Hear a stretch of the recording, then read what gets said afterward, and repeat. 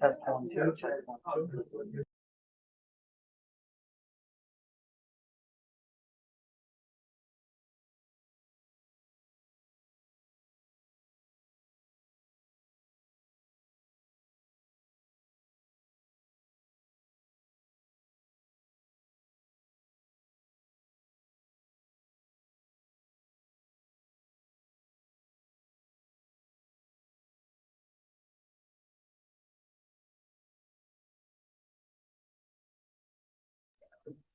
Zoom check.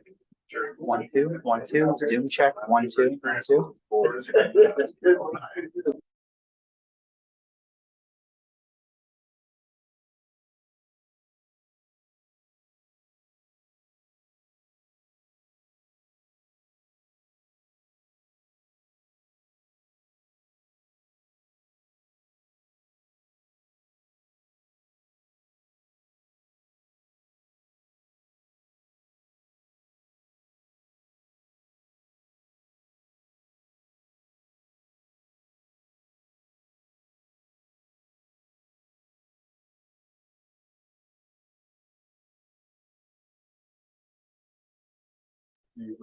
Zoom check. 1 2.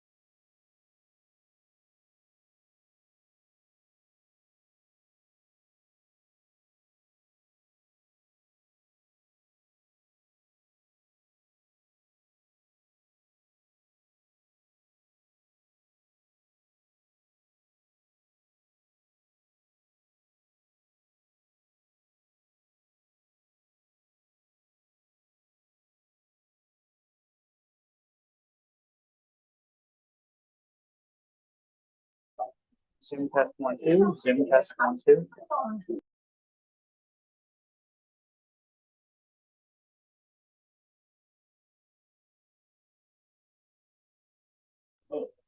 Hello, hello. Thank you.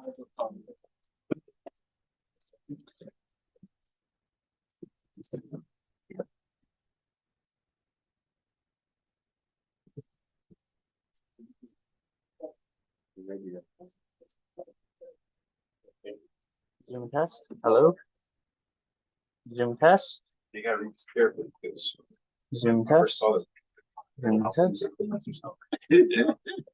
But it's, you gotta read it. Zoom check. 1 2.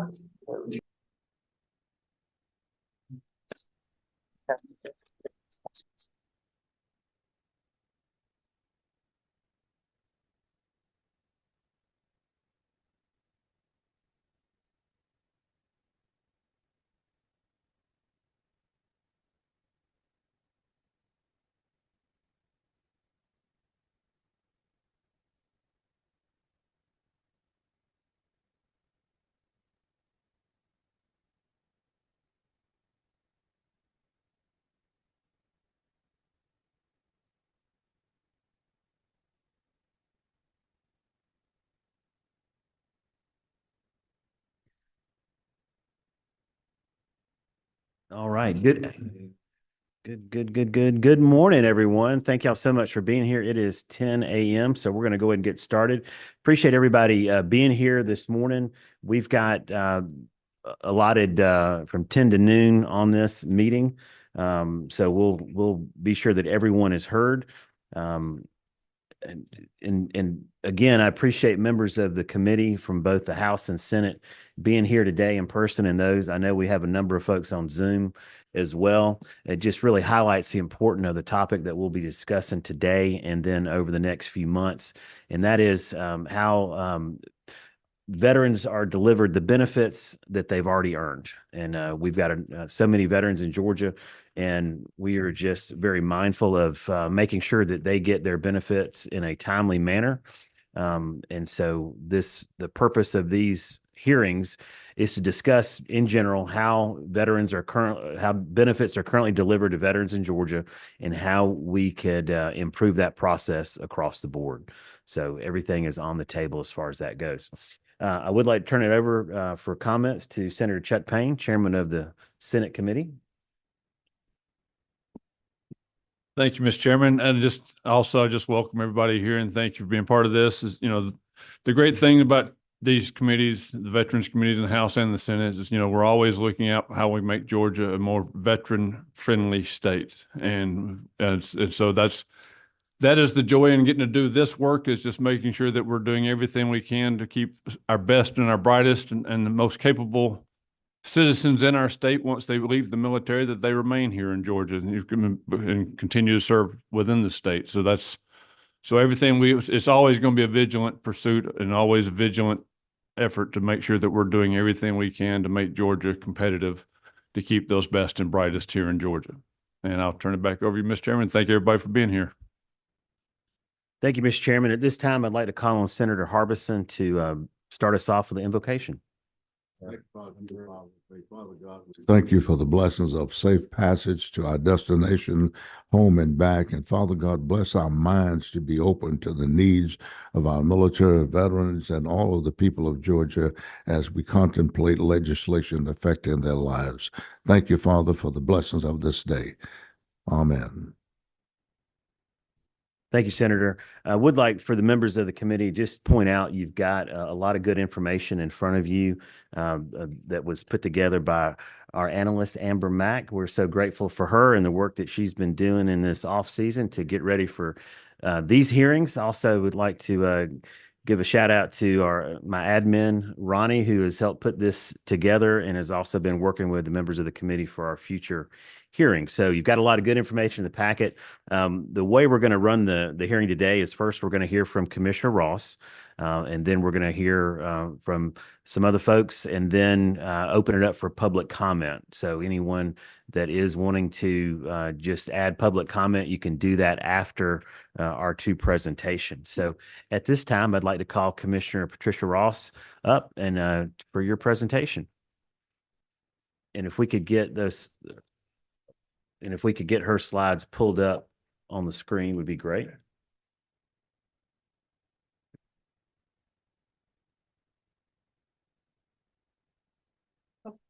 Would you like me to do that?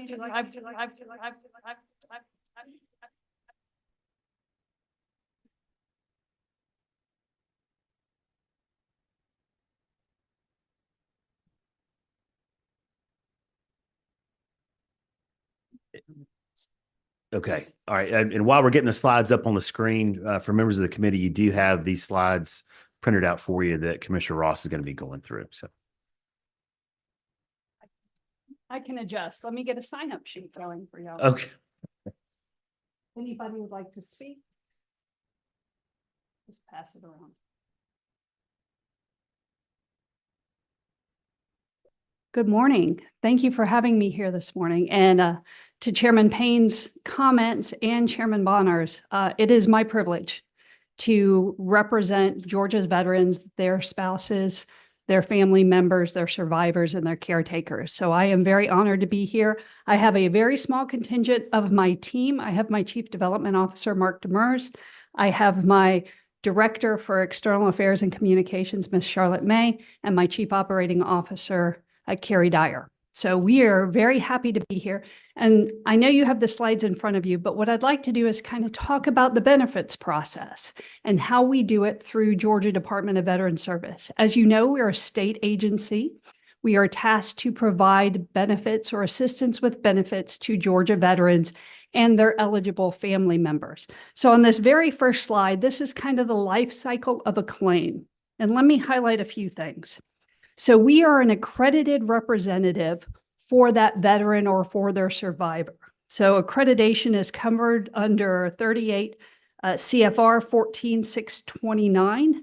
And so what we have had to do as an organization, as a state organization, is file through the Office of General Counsel to become accredited. That entails a few things. We have to sign up that we are a good character. We will uphold moral and ethical standards, as well as we have to take training and take an exam. We get tested at least once a year. Actually, we've got a couple of courses that come up every month where we're tested on our knowledge, as well as we and any other accredited representative have to also do continuing education throughout the year. So we are your state organization. We're cross-accredited with 7 other organizations, so we can handle the demand here in Georgia. So you can see a veteran or their eligible family member come to us seeking help. Now, the VA ultimately makes the decision. Again, highly trained, so we submit what that veteran or their family member is eligible for, and I'll talk about how we do that on the next slide. That goes to the VA for adjudication. They make a rating decision, at which point, if the veteran or their family member does not agree with that decision, there are a couple of avenues. So they can do a higher level review, which is we submit the claim again and ask for somebody higher within that chain of command to take a look at the evidence as has already been presented by our organization. We do what's called a supplemental claim, where we add additional information to be considered before the rater makes that decision, or it can go through the appeal process. Many of you know that can take a long time. I will tell you, just with the PAC claims, having somebody come to somebody like us that's accredited and has had that training and that expertise actually speeds up the process versus having somebody do it on their own, or having somebody do it by somebody that doesn't really understand how this process works. So the VA then, whichever path you go to, they make a decision. And this is kind of an endless loop, which is what this is really meant to show you, is they can always come back and appeal or go through another mechanism to disagree with whatever the VA has determined that rating decision is on their disability claim. So that's kind of the whole process. We do also have an appeals team. They're co-located with our regional office, the VA's regional office in Decatur. It's a team of about a dozen folks who meet with veteran law judges on behalf, along with that veteran or their family member, during that appeal process. So if you go to the next slide, what does this look like across the state of Georgia? Oh, Amber has slides.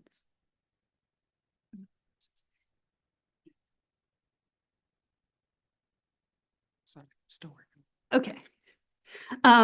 So you can see that we have 55 offices. We cover every county in the state of Georgia.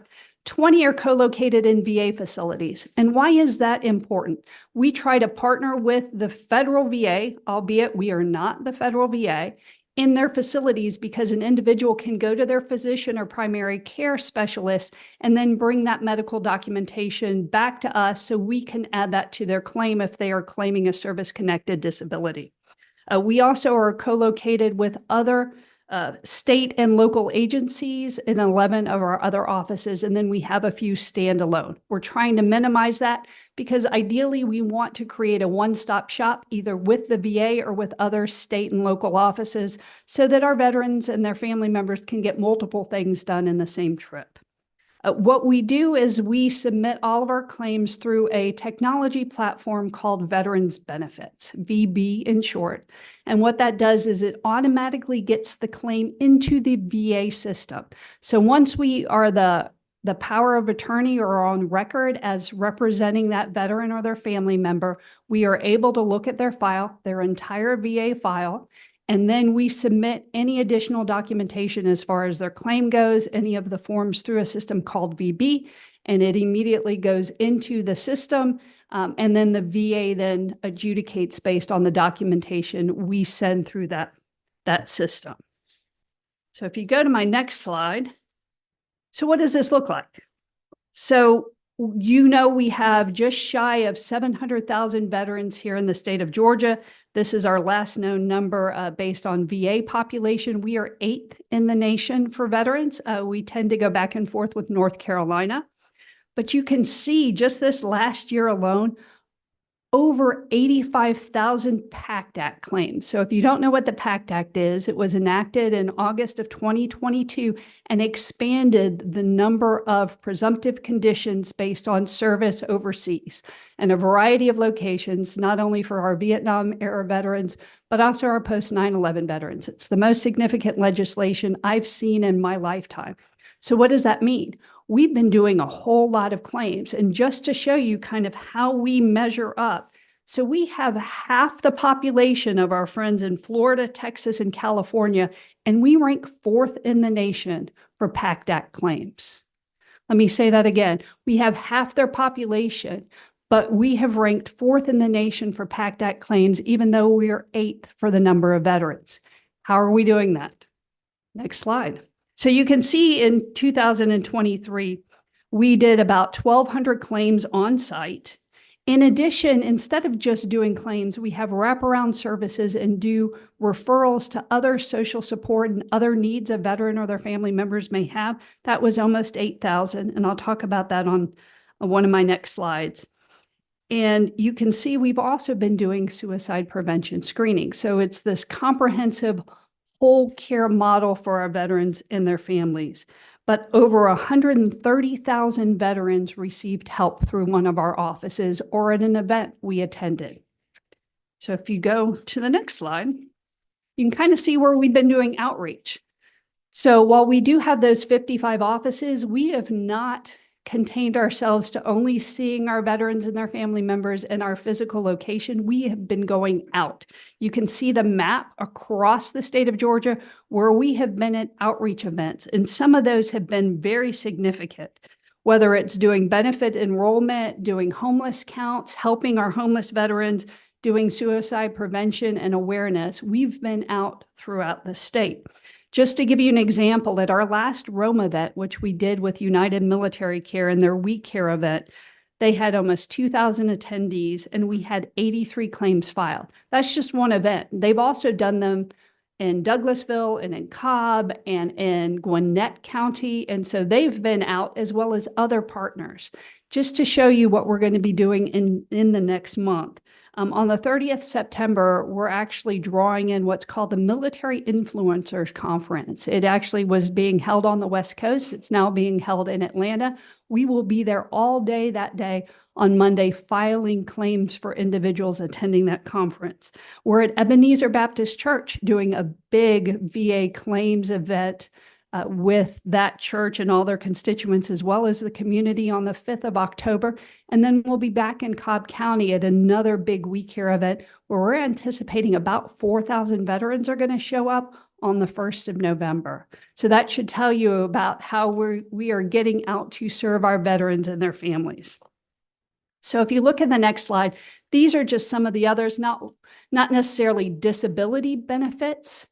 These are other benefits that veterans are seeking. You can see we use a platform called Unite Us. I know many of y'all have heard that before, branded Unite Georgia, and we do that through multiple state agencies. But since launching it in 2022, we have sent over 11,000 individuals to other community resources, whether those are state or nonprofits or other organizations within Georgia. Almost 3,000 of them needed education support. 541 needed housing or shelter. And again, that is through community partners as well as the VA. And 186 needed employment services. So that platform, it's electronic, allows us to connect almost immediately. We tend to have those referrals picked up within 48 hours by an organization that says, yes, we can help, or we can't. If so, it goes to another organization. So that has been a great benefit to make sure that our Georgia veterans and their families are getting all the services they require. So if you look at the next slide, this is the why. So we have a higher percentage of social needs per county. You can see we're just over 74% versus that 71, almost 72 nationally. And we have more economic needs per county, significant at 44.6% versus 35.6%. Financial assistance is probably the need we see the most in combination with benefits. One would assume that would be the case, but I will tell you that has been one of our biggest challenges because of a lot of our community organizations simply have run out of funding and so are not able to meet some of those financial needs. So next slide. Also on benefits, we've been doing a lot for suicide prevention. I know many of y'all have heard me speak about this. So we're in partnership with Kennesaw State to do this. This is our third year. It was just announced. We got our third year of a VA grant to be able to do suicide prevention, outreach, and education. That's significant. We're one of 8 organizations that got it for the third year running. That's enabled us to get out in those communities and to actually screen folks for suicide risk. We did some very big events with our Guard, our Reserve family members initially, and then the VA kind of ratcheted us back and said, hey, we really want you to focus on our veterans that are eligible for care in the VA.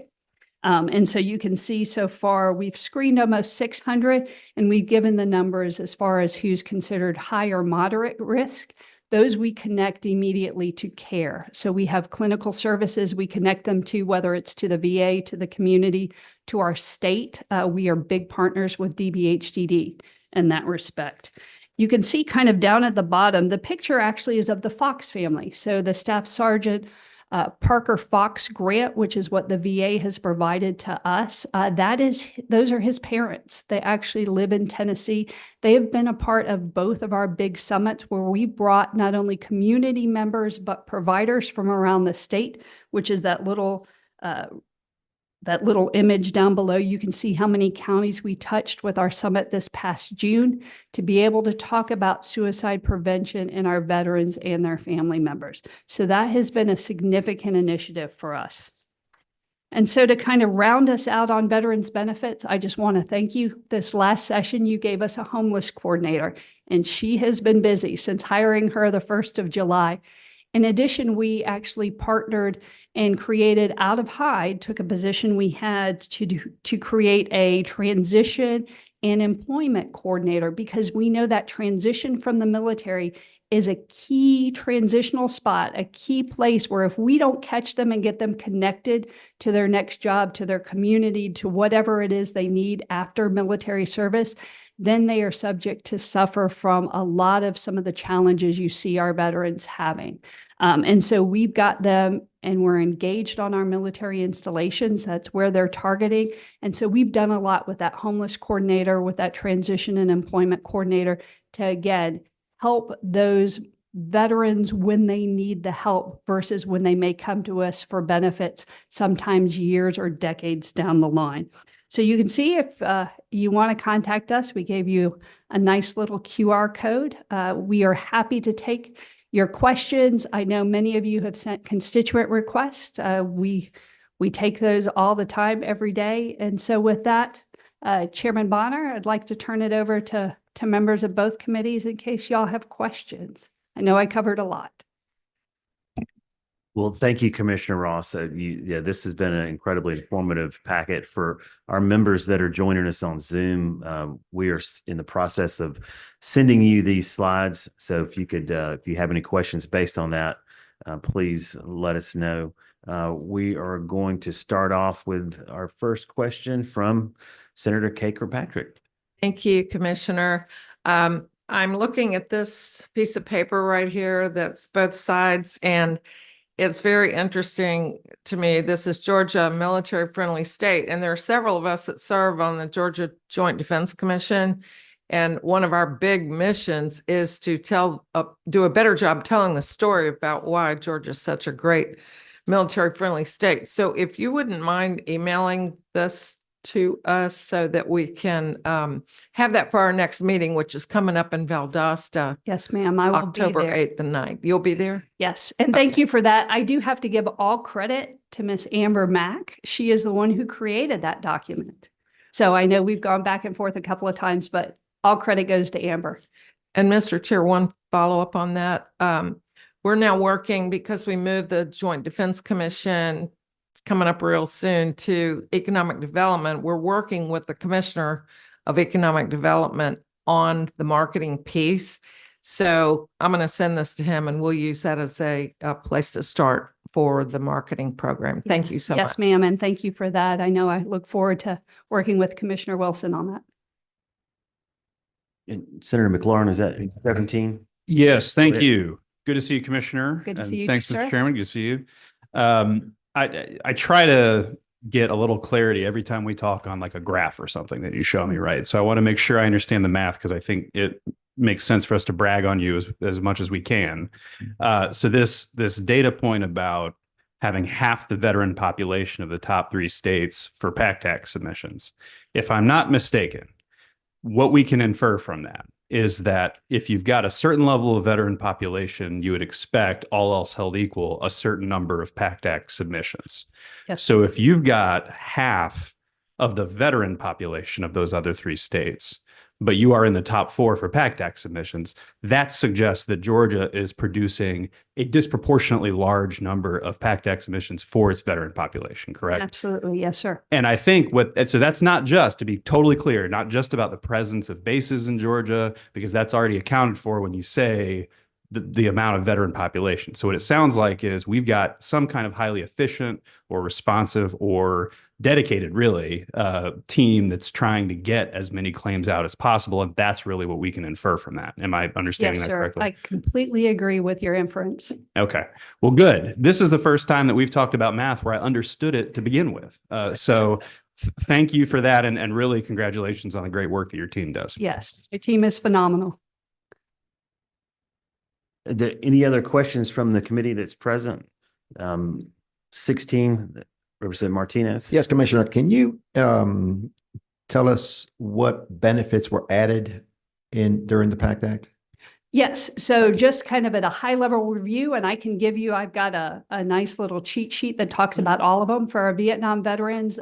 There's an eye issue as well as hypertension was added. And then for our post 9/11, quite honestly, it's pretty scary. It's a lot of cancers, a lot of respiratory cancers, reproductive cancers, a lot of things that are based on burn pit exposure. And so in addition, the PACT Act also expanded where the VA considers you to have been exposed. Like for Vietnam, it now considers Thailand and Laos and Johnson Atoll for some nuclear testing. And then it's all of Southwest Asia, not just Afghanistan and Iraq for post 9/11. And then for VA healthcare this past March, they opened it up to anybody on the VA healthcare side who had been exposed to toxins, and that could be stateside. You just had to prove exposure. And so it's significant legislation. Oh, and Mark's giving me the exact ones. So brain cancer, gastrointestinal cancer, glioblastoma, head cancer of any type, kidney cancer, lymphoma, melanoma, neck cancer, pancreatic cancer, reproductive cancer, and that also includes breast cancer for women. And then respiratory cancers. So pretty scary stuff for our post 9/11 veterans. All right. We're going to go to a Zoom question from Representative David Jenkins.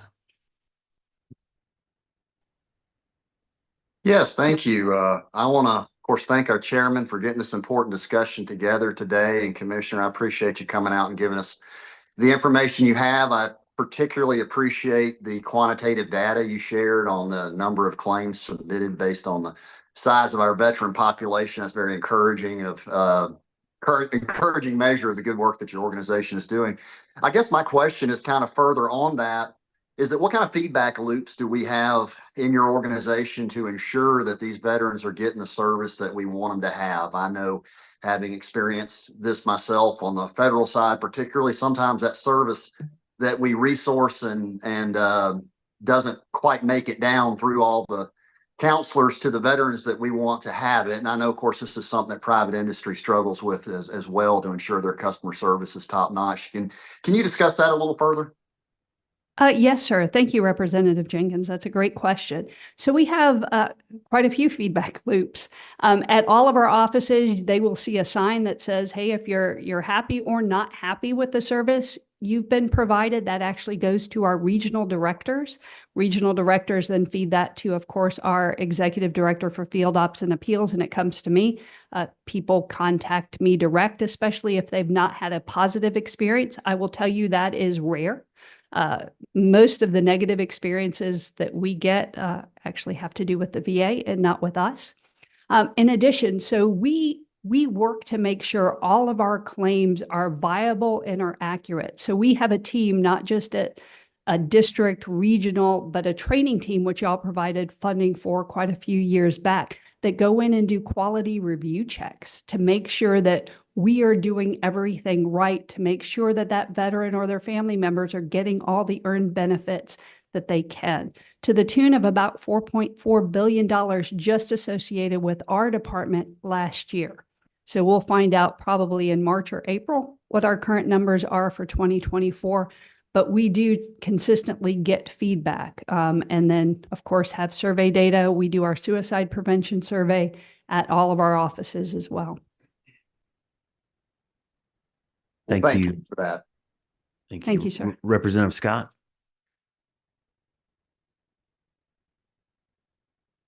Oh, Thank you for being here this morning. I would just like to know, when you're talking about the PACT Act,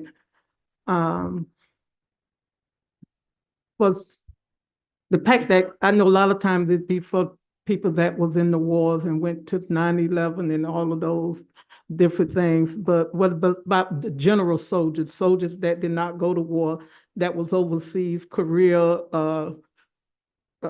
Germany, going out to the field, and even here in the US, going out to the field, being in the field for 2 or 3 weeks, and you have to burn everything. Are those soldiers also included in the PACT Act?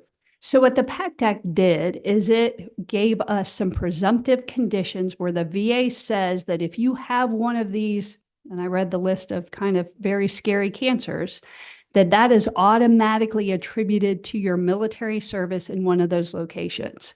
But what we do day in and day out is file those claims for things that occurred while somebody was on active duty that may not have been in Iraq or Afghanistan or Saudi Arabia or Vietnam, but happened to them, either an illness, injury incurred, or was exacerbated by their military service, regardless of where they were stationed. We file those each and every day. Now, there's a higher burden of proof. Of course, we have to bring in somebody's military medical records. We have to show that they've consistently gotten treatment for those conditions, but that's all filed to the VA for them to make a decision.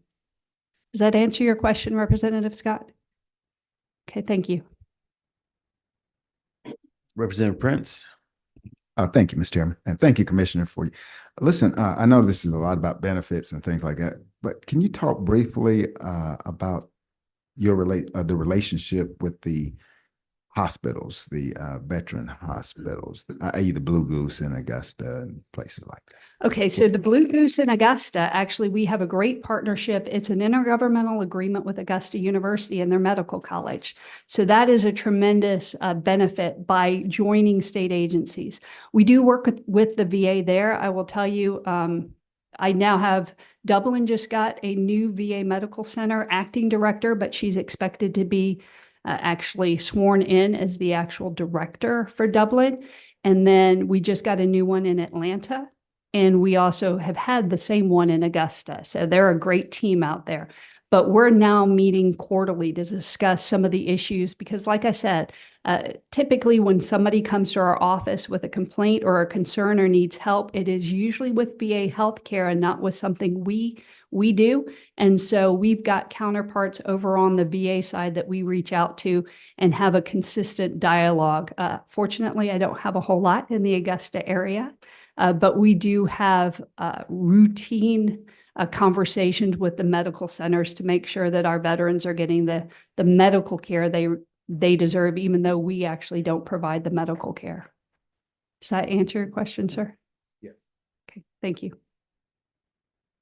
Representative Davis. Thank you, Chairman.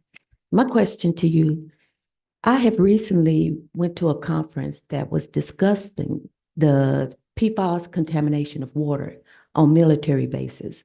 And at that conference, they actually pointed out about 131 bases. Most of those were Air Force bases. Can you give me some more information or what you may know about the PFAS, the forever chemicals that has contaminated water on the military bases? Representative Davis, thank you for that question. I know we, of course, are very familiar with what happened at Camp Lejeune and all of the issues with not just our Marine brethren, but everybody else who was affected. I honestly don't know about that study. I would hate to give you false information and without having all of the details, but I will get that and we'll get back to you and we'll get back to the committee. Unfortunately, Air Force bases, goodness, being career Air Force, that I've probably been to many of those, but it is a concern. I know that the VA is looking at other stateside locations where there was testing or contaminants in the water to add those to the list of what would be considered presumptive. But that, I'll be honest, I work with the researchers at the VA on some other committees, and I know they're always looking to see what they can prove and what should be added to those lists. But let me get back to you, ma'am. I apologize. Senator Harbison? Yes, good morning, Commissioner. How you Good doing? morning, sir. As usual, I certainly appreciate you and your staff for the great work you do always. And I have two questions, just very briefly. One about a clarification, and that is, you mentioned that staffers sort of operate in conjunction with the VA at various locations. Is that true of the Porter-Chef facility in Columbus? We are not in the Pointe-a-Chef clinic. We are actually off the clinic space. We're in downtown Columbus. We have an office there of 4 people. But we do have somebody at Fort Moore. Fort Stewart, we're working on Kings Bay, and we will soon have somebody at Fort Eisenhower, but not at, so what we have to do, and this is completely up to the VA, is we work with them early on in the process when they're standing up a new clinic to be able to get spaces and offices assigned to us. We weren't able to do that with Pointe-a-Chef, but the good news is I know for the Perry Clinic that's due to open this fall, y'all did give us 2 additional positions, and we have 2 spaces. We put eyes on them, and we'll be part of that facility. But we do try to partner where we can when they have the space. And as a follow-up, Yes, sir. someone said something about pensions for combat veterans only, and it's not applicable. It's applicable to any veteran who is a combat veteran, regardless of whether you're retired or whether you're getting other benefits. Can you get some clarity on that for me? And it's listed, quote unquote, on that veterans website, the VA's website. That's what I'm told. Can you clarify that? Yes, sir. A pension is based on somebody who has served at least 1 day during a wartime period and is income-based. So it typically is not somebody that's retired from the military because they will have enough income. It's not a very high threshold. And that pension is available to the veteran or could be available to their surviving spouse. But again, those income thresholds are pretty low. I mean, they're at or below the poverty level. So getting a pension is, again, for our wartime veterans. And I know my experts will correct me, but Okay, Yes, that's sir. clarification. I thought that had to be some kind of qualification such as income. it's set at the or rank or around something the like that. poverty That's level. right. Yes, sir. Thank you. Chairman Payne? Thank you, Mr. Chairman. I know that you testified for our study committee for veterans, mental health and homelessness housing. I just ask you to share a little bit more. I mean, I know in your thing, you've got some of the things that are going on with mental health as far as suicide but could you just talk a little bit about what y'all are doing as far as helping with mental health issues? Yes, sir. Thank you, Chairman Payne, for that.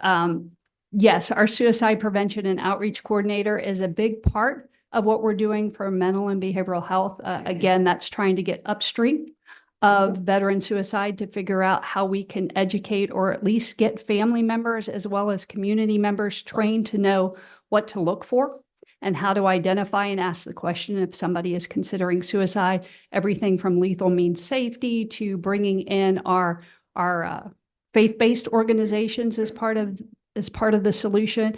We meet monthly. We're part of the Governor's Challenge on Suicide Prevention and have been almost since that program started. In addition, we also thank the General Assembly for the $1 million y'all have given us that we subgrant out to other organizations that provide clinical support. So that has gone to, for 2 years in a row, has gone to the Emory Veterans Healthcare Clinic. They provide PTSD, traumatic brain injury, other forms of trauma like military sexual trauma, depression, anxiety. They have a short-term outpatient. However, they do get people from all over that they put up in a hotel and then bring them in for a variety of therapies that have shown efficacy in treating those with post-traumatic stress, TBI, and mental and behavioral health conditions. In addition, we also have funded through that grant process the Cohen Veteran Clinic, which is actually in Hinesville.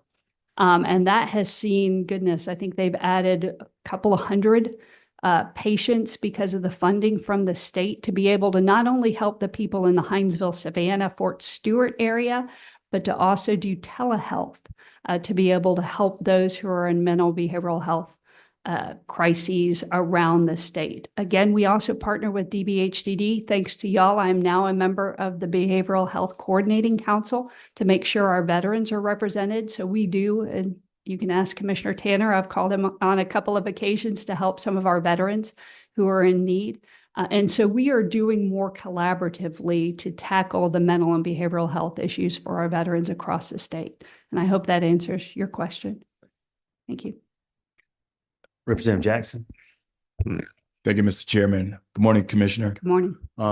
My question is around the unsheltered veterans. I know the city of Atlanta is doing a lot of work on investing, creating shelters for the homeless. They stated, they being the city of Atlanta, anywhere between 3,000 and 4,000 individuals are unsheltered. How aggressive are we in identifying those veterans who are unsheltered? I see on page 4, you listed 541.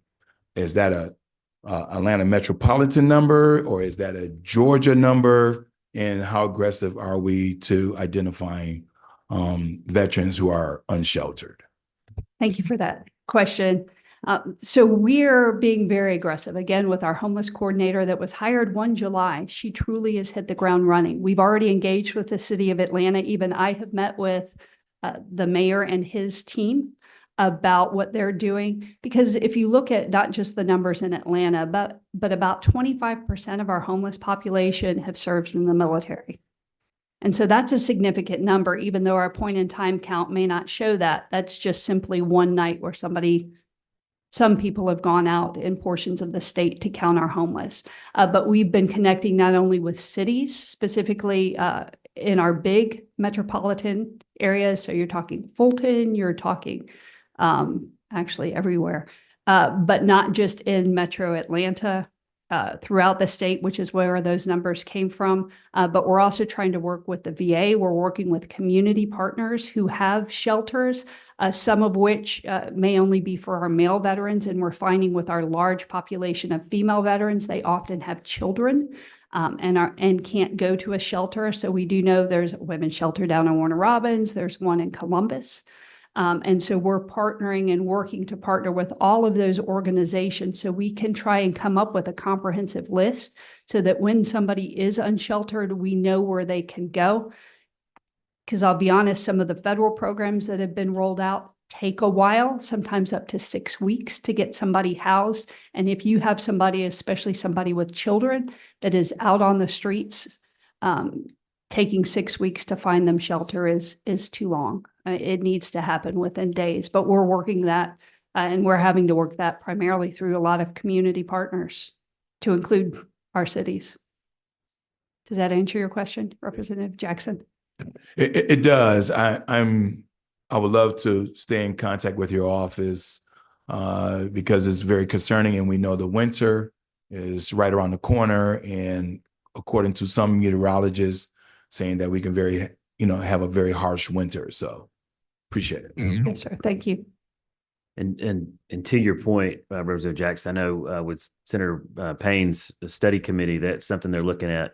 What we have in working with Commissioner Ross, what we've seen across the state is that this issue of veteran homelessness is very much of a local issue that local communities are embracing and attempting to find a way to solve. I think we've mentioned into this committee before the Veterans Village that Tunnel to Towers is bringing online in January. We talked about down in Milledgeville, another organization that's looking at doing a similar type of thing. So what we've seen is that it's going to take, at least in part, a collaboration between the state and our local communities to address this issue. Because as I'm sure is often in that homeless community, you don't necessarily want to take someone who's kind of has roots in Atlanta and put them in a shelter down in Macon, right? I mean, that's just that little bit counterintuitive, especially if they do have kids. But yeah, appreciate that question. Commissioner, I do have a couple of questions if I could. Yes, sir. First of is what has your department experienced as an overall increase since the advent of the PACT Act? Goodness. And I think primarily because that has been outreach, but we've handled probably several hundred or probably tens of thousands more claims than we had previously. But we're well equipped to do that, again, because we use a technology platform that enables us to do that fairly quickly. In addition, we can do a lot of that remotely, where somebody doesn't necessarily have to come in the office, especially if we already have their power of attorney.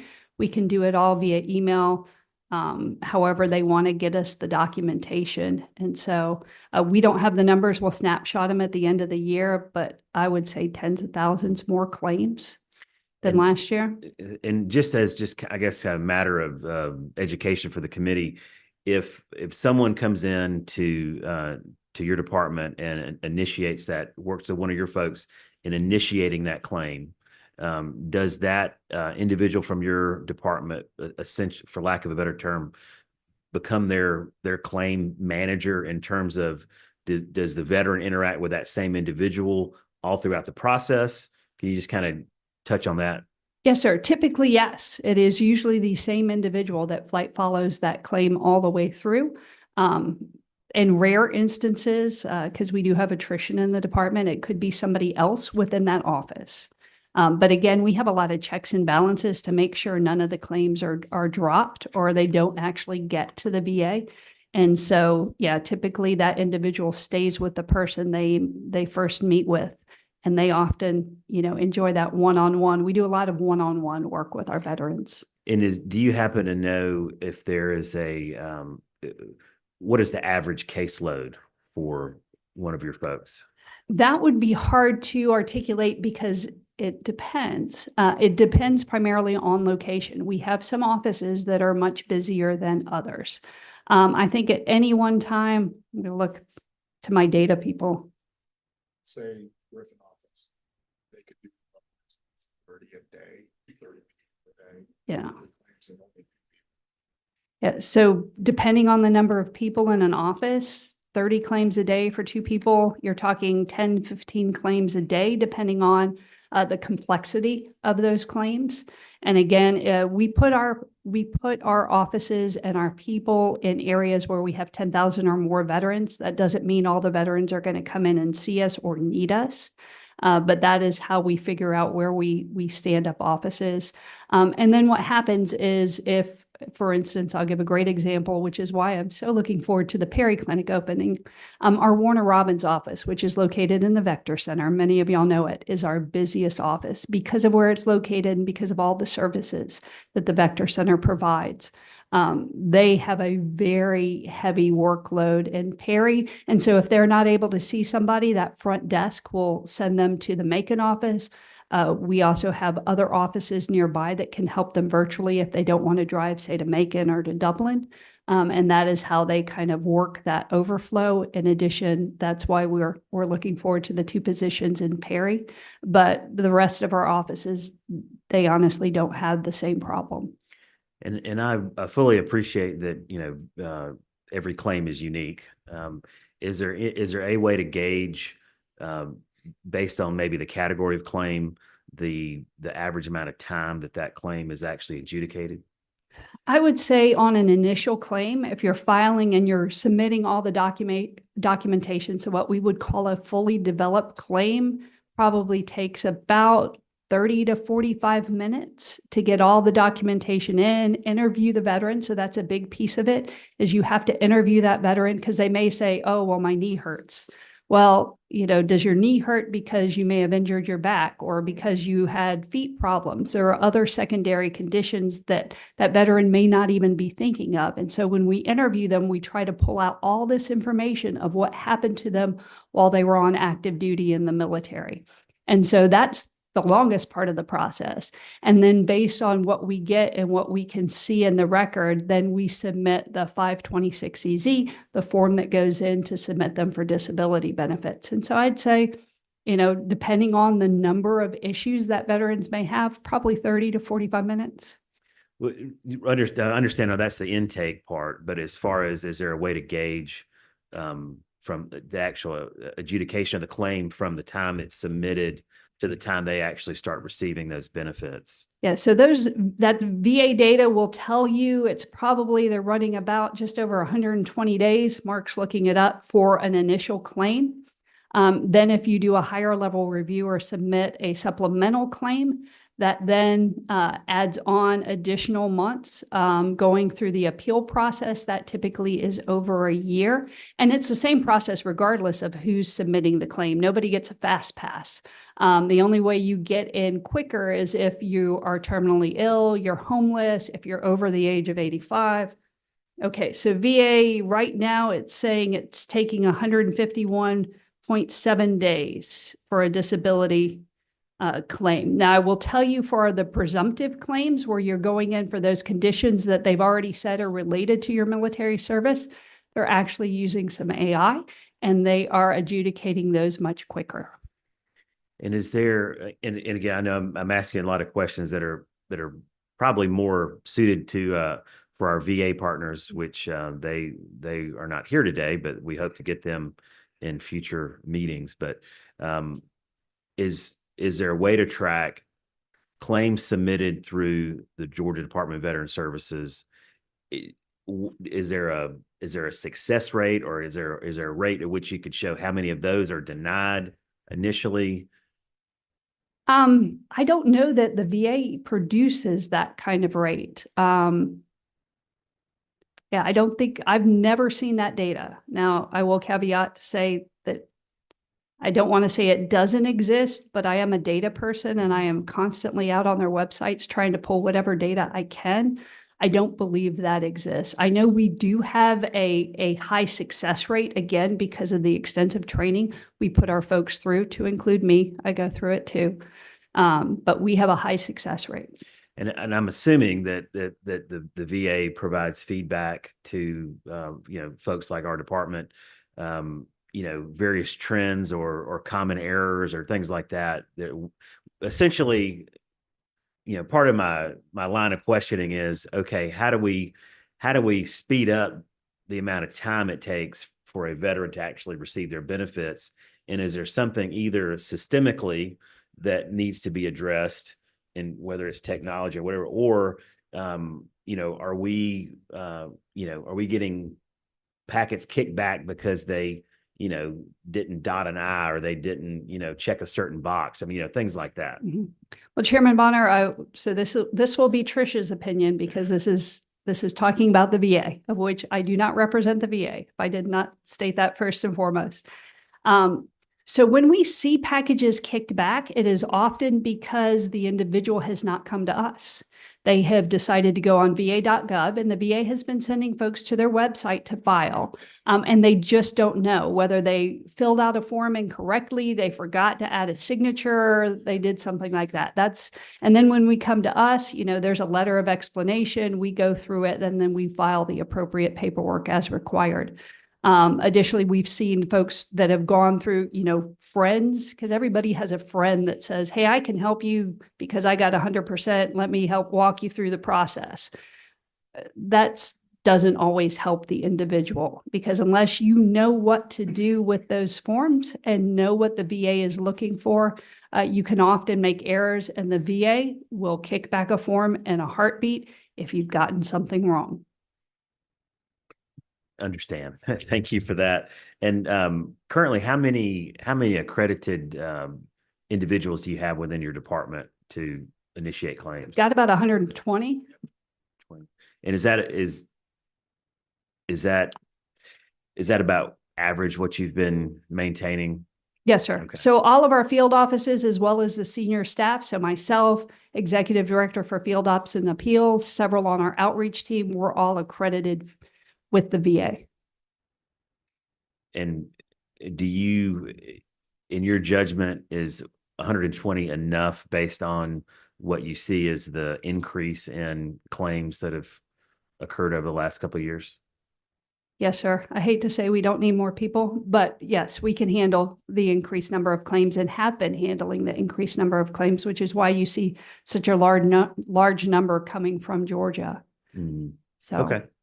All right. Very good. Any other questions from members of the committee? Oh, 18. Yes, sir. Senator Senator Hardison. You might be aware of this, but in the line of when you have a claim that you file and you're following up on it, if you contact your congressman or even a state or senator member of the House of Representatives, if you do that, I've heard that if it's being adjudicated, you may cause it to be delayed, because once you intervene, then they'll start all over again because of that injection from your congressman or someone like that. Can you clarify that for us? That's in line with the chairman's questions. So we'll go back to my previous caveat. This is a VA process. But yes, unfortunately, so the VA wants to take all applicable information into account before they make a rating decision. And so if you interject additional information, honestly, it doesn't completely restart the clock, but it usually sets you back at least 30 days. So if not us, but if you're, state senator, representative, congressman, whomever goes in to request, hey, just give me the status. They routinely say, okay, well, let's go look for any additional information. Let's set our suspense 30 days from now. And it just delays the process. All right. I don't see any other questions either on Zoom or here in person. So Commissioner Ross, we are greatly appreciative of you and your staff and all that you do for our veterans. Yes, Thank and we you. certainly appreciate all of y'all. Thank y'all for having us here this morning. Well, thank you. Now we're going to call forward the representatives from Veterans Guardian. So if y'all would like to come forward, if you would just introduce yourselves at the podium, right? Just introduce yourselves to the committee, and then if you've got if you'd like to share about your company, what you do, and how you can help our veterans here in Georgia. Chairman Bonner, members of the committee, thank you very much for the opportunity to speak with you all today on this very important topic. My name is William Taylor. I'm a 23-year Army veteran, retired in 2018 out of Fort Liberty as a lieutenant colonel, and I live in Pinehurst, North Carolina, where I resided while I was in the military. When I got out of the military, with a business partner who was a 25-year veteran, we started Veterans Guardian, VA Claims Consulting. I am currently the Chief Operating Officer. We have 200 employees in Pinehurst, North Carolina. Almost everyone that works for us is a veteran, a spouse of a veteran, or spouse of active duty. We intentionally hire within that demographic because I need employees that can relate to what my veterans are going through. I'm proud to say that this year we are going to help across the world somewhere between 35 and 40,000 veterans this year. We are maxed out in our capability. I am limited by the number of employees I have, how many veterans I can help. But what I can tell you is the demand for assistance is through the roof. If I could add another 200 employees, I could easily find 90,000 veterans a year that need my assistance. The system is not currently meeting the full needs of the veteran community, and not because the VSOs aren't doing a good job, not because the VFW isn't out there providing great service, not because of any of those issues. The reason is that there's such demand for assistance. Less than 30% of veterans have a VA rating right now. And of that 30% that have a rating, my experience tells me that 60 to 70% of that is underrated. So when you look at a veteran population of fluctuating between 18 and 20 million veterans, the potential number of veterans that are looking for assistance is in the 15 to 16 million range across the country.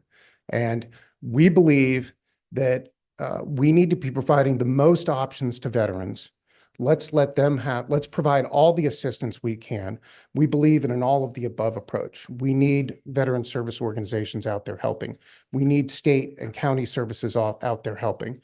We need the attorneys out there helping. We also believe that there's room in the space for private industry to come in and provide an additional option for veterans. And so I'm here today to represent both not only my company, but the private industry, which we believe can and is a very important part of the options that we provide veterans to get assistance and get the benefits that they've earned.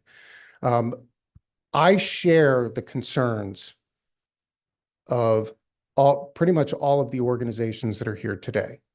I believe that we need to be providing effective, capable service to veterans, and that we need to be protecting veterans from predatory practices. And unfortunately, there are predatory practices out there. I can go through a few of them. There will be misleading advertising. There can be upfront fees, non-refundable fees. There can be excessive fees. There's a host of issues that we do need to address. And so the reason that I'm here today is part of the problem we have is at the federal level, and the current laws that cover accreditation and addressing this issue. So one of the questions I always get is, why aren't you accredited? Well, under the current accreditation rules, you can only assist a veteran for a fee on an appeal, or something where an initial decision has been made. So when I look at my business model and the way I want to address a veteran, I look at 3 pillars. First thing I'm looking are things that they should have claimed that they haven't. I'm doing medical records reviews. I'm doing service record reviews. I'm doing interviews.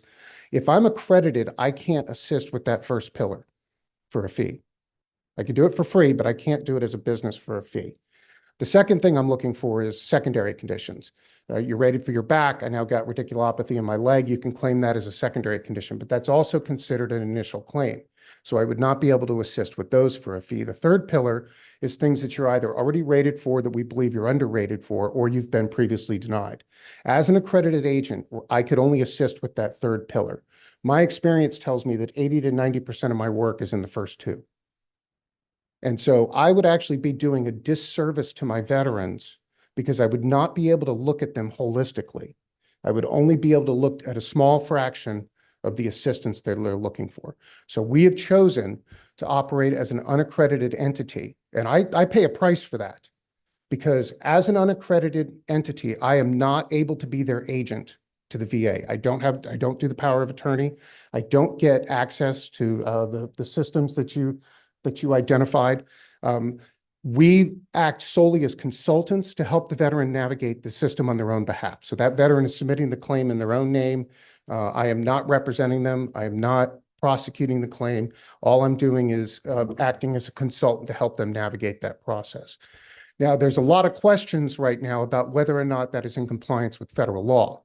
If you read 38 CFR right now, the way it reads is that you can't assist with the preparation, presentation, or prosecution of a claim as an agent or attorney, and those 2 terms are very important, without being recognized by the VA. The law does not say that you can't assist unless you're accredited. That's what The GUARD Act, which is one of the bills that's being considered, changes the language to say, but under the current language, the accreditation rules really only apply to people that choose to become agents or attorney. And the VA has defined agency as completing the power of attorney form. You also look throughout 38 CFR, and they always talk about agency as being the representative. There was recently a ruling in the Middle District of North Carolina by a federal judge that upheld that interpretation of having to show that if you weren't acting as an agent or attorney, you're not in violation of federal law. So that just recently came down in a court ruling. So that's part of the reason that we're here today, is that there's a lot of issues at the federal level. I personally have been working at the federal level for the last 4 years to try and change the accreditation rules. I'm coming to you as an industry asking to be regulated. I want regulation. I want to be accredited. I want there to be safeguards for veterans, but I also want them to have the greatest number of options, and I want them to have the freedom to choose from a position of knowledge how they pursue their claim, whether they want to do it on their own, go with the VSO, go with the state or county representative, go to an attorney, or if they choose, come to a company like mine. Veterans should have that choice, and we shouldn't be taking that away from them. At the federal level right now, there are 2 competing bills, the GUARD Act and the PLUS Act. The GUARD Act would shut down my entire industry. It would change the current language in 38 CFR and require you to be accredited to provide any assistance. It takes away the agent or attorney qualifier. The PLUS Act, which is supported by Lieutenant General Jack Bergman, the highest ranking military officer to ever serve in Congress, changes accreditation and creates a pathway for companies like mine to become accredited. It allows a fee to be charged at any step of the process, but most importantly, it enacts a series of guardrails to provide protections for veterans. Things like fee caps, requiring fees to be contingent on a successful outcome, requiring a disclosure. So one of the things my company adopted several years ago is we have a simple 1-page affidavit called Your Claim, Your Choice, 6 bullet statements. It's not buried in a 30-page contract in 6-point font at the end. First statement, I understand that there's free services available, and if I'm interested in utilizing them, here's the link to the VA website to find them. Second, I can do this on my own. Third, I can be successful doing it with the VSO or doing it on my own. Fourth, we relate that we are a private company and that we are currently not accredited. And then we also relate exactly what our fee structure is. The PLUS Act requires us to do that. It actually codifies that into law, that we have to provide that information to the veterans so that they're making the choice to use our services from a position of knowledge.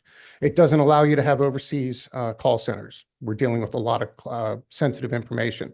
You can't have in-house doctors providing secondary medical opinions. They have to come from third-party independent doctors. So there's a host of protections. Now, right now, this has been going back and forth between the 2 bills. I can tell you that we're still probably a year or 2 away from this being figured out at the national level.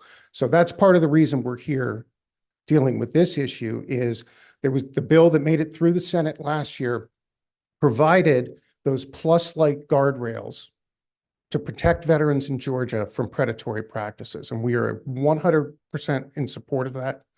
And we believe that that's important for veterans in Georgia until we can address the shortcomings at the national level. And pending your questions, thank you for the time. Any questions from the committee? Any questions on Zoom?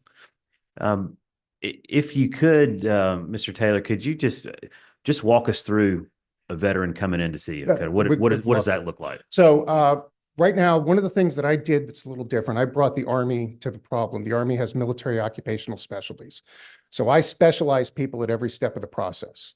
And I did that so that I could, 1, have an expert at every step, and 2, it allows me to help a much larger group of people because of that specialization and the focus. So you're going to come in with one of my intake specialists. We're going to collect your medical records. We're going to collect your service records. We have several surveys that we have you do that talks about things that are bothering you, personal life, key things that we've identified that will help us identify what you're eligible for. We take all of that data. I now have an AI system that I put your medical records in, and in about 10 minutes, it provides me a list of everything that's in your medical records. It's matching service conditions to post-service conditions. Those become our opportunities for claims. And then we go back to the veteran after we've done that review and we say, this is what we think we can do for you based on the evidence that you've been provided. At that point, the veteran can then make a choice if they want to come on as a client. At this point, it's a no commitment and they have not become a client yet. At that point, they can choose to become a client. We interestingly go through about 10,000 veterans a month coming to us for assistance. We only convert about 3,000 of those a month to clients. Now, what's happening with that other 7? Well, one, we're screening out a lot that just don't have the evidence necessary to support a claim. And we were very good about explaining to the veteran, okay, yes, you say you want to come in and claim this. You don't have it in your service records, or you're missing this piece from your post-service records. This is, we need to find this information. Or if it doesn't exist, we're not going to be able to help you submit a claim. A good number of our veterans, when we tell them that free services are available, thank us and go utilize the free services. And we wish them well, and we hope we never hear from them again. We hope that they have a good experience. And so that's what happens at intake. Once they go through intake, then they go to our general medicine team, and they're going to make the determination whether they're going to do a mental health claim or a physical condition claim. We help package, we develop medical evidence, lay evidence. We have connections with third-party doctors that can provide independent medical opinions if we believe that those can support it. So we go through that process. We're developing the claim packet. So one thing, for example, if I'm putting in a claim for a shoulder, instead of just dumping 10,000 pages of medical records, we actually go through and pull out the relevant pages on each condition, package them as exhibits. So I'm not counting on the VA rater finding that information. We're packaging it up and giving it to, so that when it hits that rater's desk, as was the commissioner previously stated about a fully developed claim, that's really what's going to, you asked the question earlier, what's going to help speed up your process with the VA? Having a fully developed claim with all the evidence laid out in a way that that helps that rater come to a decision. The claim we finally send the claim off to the veteran. It goes in an envelope. They get a hard copy of it. They are putting a wet signature on that, and they are submitting it to the VA by mail to the intake center in Jane, Wisconsin. So the veteran is the last person to touch that claim before it goes out. They are the last to sign it, and they are the ones that are physically mailing it, and now they are representing themselves. We remain there to provide assistance and advice as they're going through that process. If they have if let's say they have to do a compensation and pension exam, we can help them prepare for that. If they get correspondence from the VA, we can help them interpret that and provide responses, and we stay with them throughout the entire process. Once their claim is approved or denied, a decision comes back. We then do a review of that, and we help the veteran determine whether or not they've gotten what they should have, or if there's opportunities for additional claims or appeals. Senator McLaurin. Thank you, Mr. Chairman. Thanks for your presentation. I want to understand exactly how your fee structure works, and then what is the federal of the two bills, the one that would not ban your company. You say it has guardrails. What do those guardrails do to modify the fee structure or put guardrails on the fee structure? Should it be expanded? Those are my two questions. Thank you very much for that question. I'm going to describe our fee model, and that is the one that's pretty much being adopted in the PLUS Act. We work strictly on a contingent basis. If a veteran comes into us, there is no fee unless they have an increase in their compensation. Not an increase in their rating, an increase in their compensation. So that's important. So if you come to me at 85% and I get you all the way to 94, you're still at 90. And I've done a lot of work, because anyone who knows the VA system, it takes almost as many points to get from 0 to 85 as it does to get from 85 to 94. The fee to that veteran is $0 because they didn't get an increase in their compensation. If they do get an increase in their compensation, our fee is 5 months of the increase. So 5 months as much. So whatever the benefits are for 5 months, that's the fee. The increase. Okay. Oh, the increase. Excuse me. So if they come to me at 50%, making roughly $1,000 a month, I get them to 70. They're now making roughly $1,500. My fee is 5 times that $500 difference. Okay. We offer 3 payment plans. They can do a lump sum with a 10% discount. They can do 5 months, 10 months, and frankly, if a veteran comes to me and says, I'm in a bad spot, I can only give you $50 a month, I'll put them on a 2-year payment plan. No fees, no interest. That's a one-time fee. We do not touch back pay. Once the fee is paid, that the veteran enjoys the benefits for the rest of their life. We personally, as a company, make an additional commitment to be there with the veteran to help them address any future challenges. We provide that at no additional charge. What the PLUS Act does is it adopts that same contingent fee-based model, puts it at 5 months, but puts a fee cap in place and limits that fee to $12,500 right now.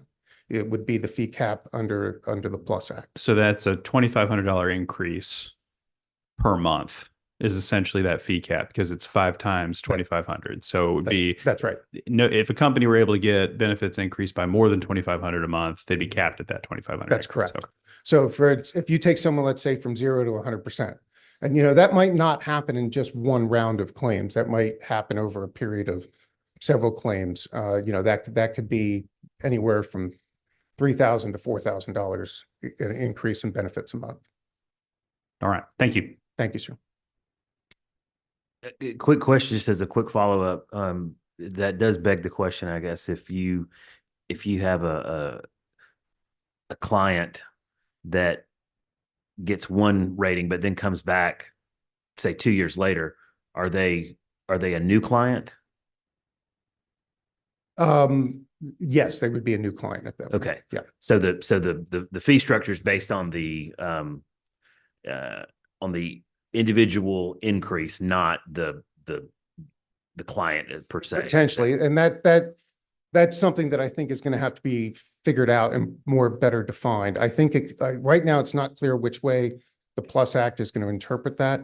But I can see it going either way as addressing an individual claim, or it could be put in place to cover the lifetime of claims. Okay. But I'm not sure which direction that's headed. So your understanding for instance, under the current language of that particular act, that 12,500 cap is not necessarily stipulated as a lifetime cap. Correct. It's just, okay, got it. All right. We do have a question from Representative Jenkins on Zoom. Well, I was concerned about the fee structure, but you answered my questions there, and I appreciate that information. So that's all I had as well. All right, thank you, Representative Martinez. And also, I'll just note on the fee structure, that's pretty much the most common fee structure in this industry. Most of the companies that are in this business are following that same fee structure. There are a few that are charging upfront non-refundable fees. We want to stop that type of action. There are some that are charging a little more, maybe 6 months. We think that should be controlled as well. So when we talk about predatory practices, those are some of the things that we want to protect against. I'm asking you to regulate us. And let's do this because it's in the best interest of the veterans, and it's in the best interest of our industry. Thank you, Mr. Taylor. I think you just answered it. But my question was, you're asking to be regulated and freedom of choice. Yes. What would that entail, things that you're not doing now? And I think you just answered it. Yeah. Can you add some of the? I would not have to change my business models one bit under any of this, because I've made sure that I'm not pursuing any of the predatory practices.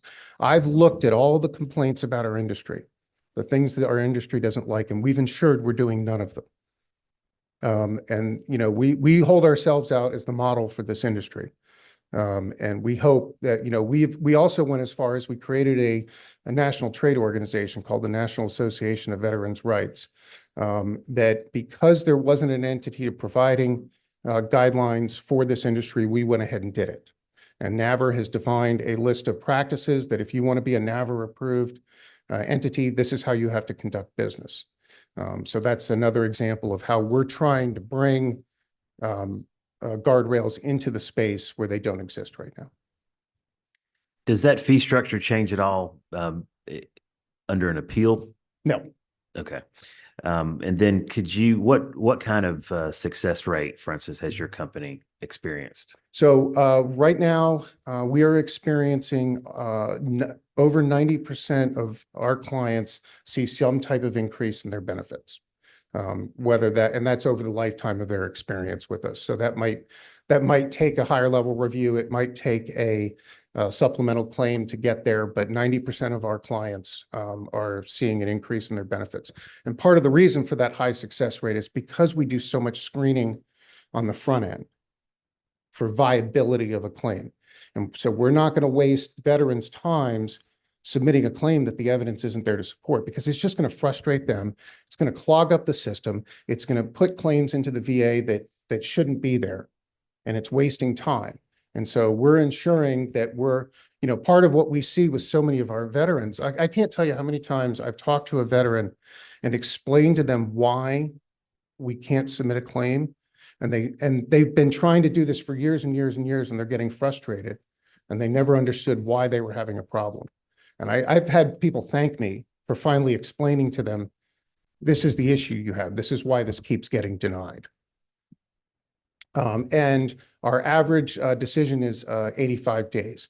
Now, there was a statement made earlier that there is no fast track. There is no secret, I can get in there and get it. It's 100% correct. The biggest thing you can do to accelerate the decision timeline on a claim is how effectively you put that claim together. I have had about a dozen times we've gotten decisions back on claims in less than 48 hours. How does that happen? That happens because when our claim packet hits the rater's desk, everything that rater needs to approve it is sitting right there. They don't have to do any research. They don't have to do any further digging. We provide all the evidence. We package it in a way that's effective. And so that's how we've been able to bring down that average decision timeline from the 150 that the VA is seeing, is really through the way we help the veterans put their packets together. Great. Thank you. Representative Scott. Good morning. I guess this is a little bit puzzling to me because you're saying that the average fee that you all charge a veteran with this bill would be like $12,000. No, that is not. That's Okay. that's extreme high end that rarely happens. Okay, it's at the extreme high end. What would this do to people that does veterans paperwork?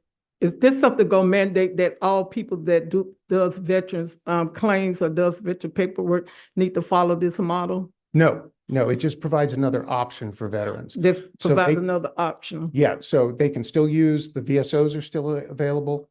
The state and county employees are still available. The lawyers are still available. They can still do it on their own.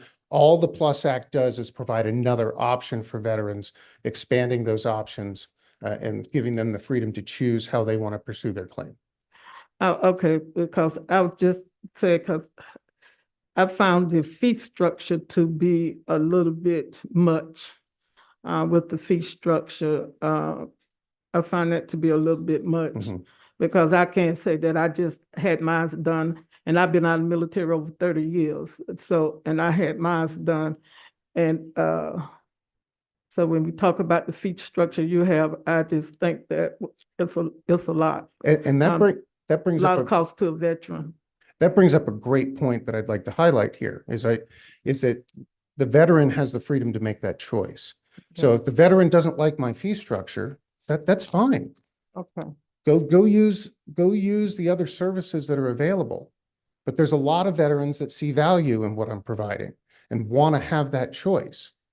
Listen, my biggest competitor is free. Veterans are choosing to use my services from a position of knowledge. I know for a fact that every one of my veterans knows what their options are. 70% of my clients come to me after having utilized the free services. And how do I know that?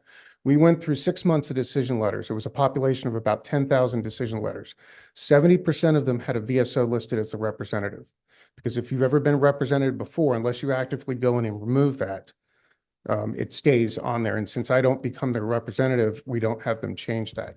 So veterans, if you took that away, we're taking away an option from veterans. And there's a host of different reasons they choose to use us. But the veterans are making that choice, and I don't think we should take that choice away from them. Go ahead. Oh, okay. Well, you saying that this is a choice that soldiers get to make, and which it is. So why do it need to be a state law? Because right now, the way the federal law lays out, it doesn't provide the protections I think are necessary to help kind of regulate this space. With the federal government, with the way the current laws at the federal level are written, it's allowing companies like mine to operate unaccredited. And I would like to see guardrails put in place. And so that would be the purpose of the law here in Georgia, would be to say, okay, you guys are going to operate in Georgia, that's fine, but here are the rules that you have to follow. It's really a consumer protection bill, is really what we're looking at. And Representative Scott, just as kind of a frame of reference, so there's been, to my knowledge, there's been 2 states that have actually taken action on this topic. One is New Jersey, which is, as my understanding, it's completely outlawed these types of companies from operating. And then Louisiana, was it Louisiana that Yes, just passed legislation that does allow these Right. companies to operate? And then I think there's probably at least another dozen states they're considering this right now. So if any, and I think that Amber did include information about those bills for your reference. All right, moving on with the questions. Senator Harbison. Thank you. Thank you, Mr. Chairman. Senator Taylor, I have one small area of concern dealing with your area, and it's not necessarily about your company per se. There is a group of soldiers and Marines, sailors, and others who served in the military, and they got out with bad conduct discharges or less than honorable. And of that number, if you ask them questions about how do they come to get such a designation, they'll tell you things like, I fell asleep on fire watch. I got back late from leave or something like that, and they were not doing felony things or miscellaneous things, and yet they're tagged with that designation and thus excluded from their benefits, that kind of thing. And I heard you mention about the 70-30 kind of ratio that you had going for yourself. I'm just wondering, how do you entertain anybody in that category, or is that exclusively something that the lawyer kind of person would pursue? Those people are really, they fought in Vietnam honorably. I mean, they did everything they were supposed to do, except, well, I got back late, 10 days late from Cleveland, and I was on fire watch, I was tired, or I partied too much last night, and they gave me a 6-6 and a kick, what some people call it. Right. They're in that category. They can't get out of it. And I think it's a bit unfair sometimes. So I'm just trying to get a No, philosophical it's a great question, and it's a very real issue. We do see it quite frequently where we have veterans come to us with a discharge characterization that does not qualify them to apply for benefits. Unfortunately, I don't have the ability to do anything to help them. What we do is we help link them up with attorneys or other organizations that can challenge their characterization of service. And so in those cases, what that veteran is going to have to do is they're going to have to basically file an appeal with the Department of Defense to relook and recharacterize their characterization of discharge. We have seen many veterans have success going down that road, but it is a very difficult road to go down. Thank you. All right. Actually, Representative Jackson, I think you were next. Thank you, Mr. Chairman. So I'm wrestling. The conversation is not really free versus fee, right? And it's not really talking about giving, I'm a retired naval commander, so I'm gonna say sailors versus soldiers, but they both fall in the same category. It's to provide services when they have completed their duty to their country. And so the reason why I'm struggling is because we can ask Commissioner Ross to beef up her staff and expertise with those who are retirees. So that way we can give the services to the men and women who have worn the uniform, right? That's the best guardrails for me. When I think about making sure that our men and women, when they come to Commissioner Ross Center, military center, to get those services, that they're not expecting to get a dollar bill. I know you mentioned that 12,500 is the most, but paying $1 is too much for me, right? To make sure that we, as especially this august body, those who have served, to create a law to aim to give Commissioner Ross, if there's more resources, so that way she's enabled to provide the services, so that 70% of that you're experiencing goes down to 10%. Because quite frankly, this is about people and not profit for me. And so that's why I'm wrestling not to aid, and it's not coming to your company, but to aid any company that continues to take away from sailors and soldiers, right? I'm talking about anywhere from helping them create their resume to learning how to dress, right? So that's why I'm struggling over here, because I would not vote for a bill to enable a company like yours. I will vote for a bill that's going to strengthen Commissioner Ross' team to effectively do what we think they need to do to help a individual to transition from the military to civilian life and their families without having to see an invoice upon completion of that service. So thank you for that. Actually, thank you for that comment. So your goal and my goal are not necessarily mutually exclusive. I am not looking to come in and replace. I am not looking to come in and say that you get rid of the free services, only put in paid service. It's not a choice of one or the other. Your goal should be to put me out of business. Yeah. Make this, your organization, so effective that no one's going to choose to use my services. But we shouldn't be taking that choice away from veterans. So no one is forcing a veteran to pay my fee. The veteran has other options in this state. But let's let the veteran, why should we take away a capability that a veteran can choose to use for a host of different reasons? It may be because of where they live. It may be because they don't want to have to commit a certain amount of time. There's a host of different reasons that a veteran chooses to use my services. So as long as we're not forcing them, and as long as we are making sure they're fully informed of what their options are, we can enhance and improve and make the state system better every day, while still maintaining my company as an option for veterans to choose if that's what they want to do. You know, the veterans, there's a host of different services that veterans can go and pay for assistance. You know, if I want to, if I'm looking to get into the job market and I need help writing a resume, I can go to professional companies that will help me do that. There are services in the state that can help them do that. If I'm filing my taxes, you know, veterans can go to, there's all kinds of free tax services out there, or I can go to H&R Block. But why should we take that choice away from the veteran? So, Mr. Chair, if I may follow up. So, yeah. So listen, I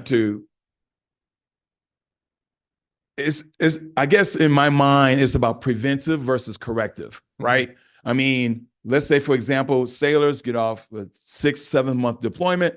They got pockets full of money and they want to get a vehicle, and they'll walk right down the street, and that dealership, thank you, because I was going to say something else. I'm trying to keep it. That dealership would charge my sailors 21%. And so I'm saying, let's be more preventive. It's not taking the choice away from that sailor, because the sailor just want a vehicle. That's all they want. They want a good product or service, and they want to have the option to be able to do that. What I'm saying as a lawmaker, we're going to create an environment with our policies to where that dealership will not charge men and women 21%. That's what I'm saying. So if we're talking about guardrails, then I'm going to say that sailor is going to know that when they still want to be able to exercise their right to purchase a vehicle, it will not be at 21%. It's going to be such to where it's, and I don't even want to use market value. We're just going to create an environment. I don't want to create an environment to where now we got to come back and make some corrections, because there's going to be some sailors and soldiers and airmen who cannot pay that bill after they get your service. So, but I'm asking for the same thing you're asking for. I'm asking for, let's identify the practices we don't like and let's guard against them. That's the whole purpose of this bill. And, you know, with the fee structure, one of the things that we do is that we don't charge a fee until we've validated the veteran is getting their new money from the VA. So any fee that's paid to me by a veteran is with the new money that they're getting from the VA. So no veteran that's paying my fees is financially disadvantaged from where they were before they came to me. And they're only going to be impacted for the first 5 months of receiving those, and then they get it for the rest of their life. You know, we've intentionally set it up that way so that any fee that's being paid to us is out of something that they weren't getting before. And I share your concerns, and I think the best option here is you don't like 21% interest rates. I couldn't agree with you more. Cap them. You know, capping them at the prime rate, you know, however you want to do that. We can take that same mentality into our space and identify you don't like companies misleading veterans, promising I can get you to 100%, telling you that you don't have any other option but to use me. Legislate against that. That's actually one of the things that's in the legislation. I mean, there's a host of different things that we can go after here. But I think we can get at the protections that you're looking for veterans while still maintaining their freedom of choice and the greatest number of options. We should be doing everything we can to expand options for veterans, not remove them. All right, we're gonna move on. We've got 3 more questions, and then we're gonna do public comment. So, Senator Anderson. Thank you, Mr. Chairman. Let me try to find your name, sir. I'm Taylor. So how do you market? What is your marketing strategy? Because there is a strategy for you to be able to find veterans, pursue them. What is your marketing strategy? So right now, 50% of my clients come in as referrals from former clients. So half of my clients, I don't have to do a single bit of advertising to bring them in. 50% of my clients are coming in after being referred by former clients. The other remainder, we do nothing but simple Facebook and Google ads. We do not have call lists. We don't do mailers. I'm not out. We don't directly solicit veterans. All I do is I put an ad on Facebook, I put an ad on Google, and it says, hey, if you're not happy with your current VA rating, give us a call, we can help out. So any veteran that's coming to us it's really they're making that choice to give us a call. And so we don't believe in, my company personally doesn't believe in aggressive tactics for going after veterans. That's something that, if that's a concern, we can address that in legislation. Require that any advertising be passive. You can't do call lists, you can't do solicitations, you can't do mailers. I mean, there's hosts of different things that we can get at the concerns that I think you're concerned with, that I share. I don't want to see aggressive tactics. I don't want to see veterans being badgered and pushed into this. I'd rather them my advertising is focusing on making them aware that I'm here. And if they're interested, please come and check us out. Very quick follow-up, Mr. Chairman. I thank you for your patience. So this is your document, am I correct? That has the PLUS Act supporting common sense veteran protections. And this is your document? That is, it's either the state document or the federal. I'm not sure which version you have there. Okay, so maybe it's our document, but there is a second bullet where it says Arizona, Kentucky, Hawaii, and Georgia have also passed. It means Georgia has passed it in one chamber and will be taken up in 2025. So that process has to start over. Yes. Okay, and just making sure that you understand that. Yeah, no, 100%. All right. But it does bring up a good point. This has come up in 38 different states last year. 2 of them made a decision, or actually 3 of them. Massachusetts also followed suit. But New Jersey, Massachusetts, and Louisiana have made a decision on this. The other 35 are still wrestling with this issue, much like we are here in Georgia. Thank you. Representative Williams, you have a question? Thank you, Mr. Chairman. Couple of things, sir, and thank you. Thank you for your service too. I want to refer back to Senator Harbison. And I think the point he raised is very, very important, that I think we need to take a close look at the minor infractions that have locked people out of the system, although 10 days to get from Cleveland is a bit long. Yeah, you flat, you hiding. If you, but and further, I represent the highest percentage of active duty and veterans districts in this state. So I hear veterans concerns almost daily. And while I agree with what some of Representative Jackson said, I certainly do, but usury laws are in place. We need to address the usury laws for everybody, not just the military. But the usury laws, we already have laws there. And I don't think it would be fair to limit your advertising. Now, when I have to listen to one call, that's all, and everything else all day and all night. If you're going to limit anybody on free speech, then limit everybody. No, I think that you market. I have great faith in private industry. I'm sorry. I've tried government too long. And I got too many veterans who have been doing it per the government route for years and have gotten it nowhere. If I got to hire a good lawyer to keep me from going to jail, I want a good representative to get my benefits. And that does not always happen with government employees. I just want to pass that. Yeah, I appreciate that comment. You know, I'm a businessman.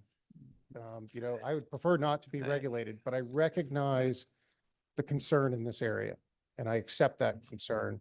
And, you know, while in an ideal world, you wouldn't have to have a specific law. Frankly, you have laws in Georgia right now that could address many of these predatory practices already. But I do recognize the sensitivity around the veteran community. I do recognize the concerns. And so we as an industry are willing to accept, and not only accept, but we're supporting government regulation to address these concerns. All right. Thank you. Representative McLaurin. Thank you. And Or Senator. no, that's nostalgic Sorry, for me. I- That's nostalgic for me. I looked over there and I recognize you as someone I used to know in the House. But Mr. Chairman, it feels like old times right now, man. So one thing that I hope doesn't get lost in this conversation. I mean, I feel like the first half of our hearing today, we had a Georgia conversation. The last half of our hearing, we're having a national conversation. So, you know, one thing you said a minute ago is you'd like to be regulated out of existence, which I think is a noble thought. Or, you know, this idea that if government were effective across the board, there wouldn't be a need for people to run to private industry and to give a piece of the benefits that they're entitled to and are hard fought. I mean, the substance of everyone's testimony today is that these benefits are very difficult to get and to keep, and that the marginal increases in the benefits are extremely hard fought. And the theory of those benefits being that, you know, they're compensating, which nothing can compensate, right, for the types of injuries and illnesses that people accumulate as a result of serving the country. So I think we all agree, or we should agree, in my opinion, that there's a strong preference against taking a piece of those benefits away if there is a more efficient way to get what we consider through policy to be the actual value of the injury or the illness to that person. So my question is, from a Georgia perspective, how many clients do you have in Georgia, and what proportion of the, I mean, I know you're not gonna be able to probably say, this percentage of my Georgia clients tried, other services first before coming to me. But I guess this is kind of a note for the committee, and if you can speak to it, please do, that I would like to understand what the specific Georgia rates are, because I think our commissioner has been very good about data. And I would like to see if we're going to have a conversation about alternatives to the mechanism we've got in place, to Representative Jackson's point, I would really like to understand what percentage of Georgia applicants are having trouble getting access and then turning to private industry. And if you can speak to that, please do. Yeah. So up to date, we have gotten decisions back on just over 3,600 veterans since we've been in business. I have another just over 900 that are awaiting a decision right now. So total, we're in about close to the 5,000 range, the veterans we've served in the state of Georgia. I do not have specific data just on Georgia residents. I can actually get that for you relatively quickly. So I can follow up and provide that data to you, but my analysis, we look at these numbers all the time. My intuition is telling me that number is probably in the 60 to 70% range of my clients have tried some other service before. Okay. But I need to validate that number. I'm basing that on the overall trend that we've seen in the company, and I don't see any reason that Georgia would be far off of that trend. Sure, because politicians know very well that the difference between 50% and 60% is a world of difference, right? And so I think if we were to even have a breakdown in terms of how many people do we have going to the department, how many people do we have trying private options, how many players are there in the private options? Because if we understood what that pie chart looked like, those 5-10% differences, I think, really matter in terms of thinking about what policy problems we have, if any, here in this state, right? So I appreciate what you're trying to do. Again, echoing Representative Williams, great respect for your service. I'm not as familiar with ranks as many members of the committee. I know Lieutenant Colonel is pretty high up there. So, I appreciate the heart for these issues you've got, and I don't think anyone's questions are meant to disrespect the type of service that you're trying to provide. But in terms of our policy issues, I definitely want that granularity. Thank you.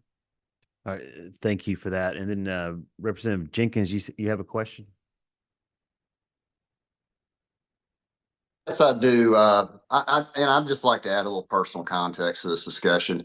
So when I ACAP from the military, I went to a veteran service officer, and I had remarkable service, and I got my disability. After that, my wife went through the same thing and had terrible service and took her records home and did it herself. So I accept your challenge to put you out of business, to build an infrastructure in Georgia that doesn't require any Georgian to ever go to a private enterprise for this. But the reality is that private industry, despite our best efforts, just tends to do better than a government service. And so for that reason, I'm open to having this available to Georgia veterans. Your fee structure to me sounds reasonable, but we also have to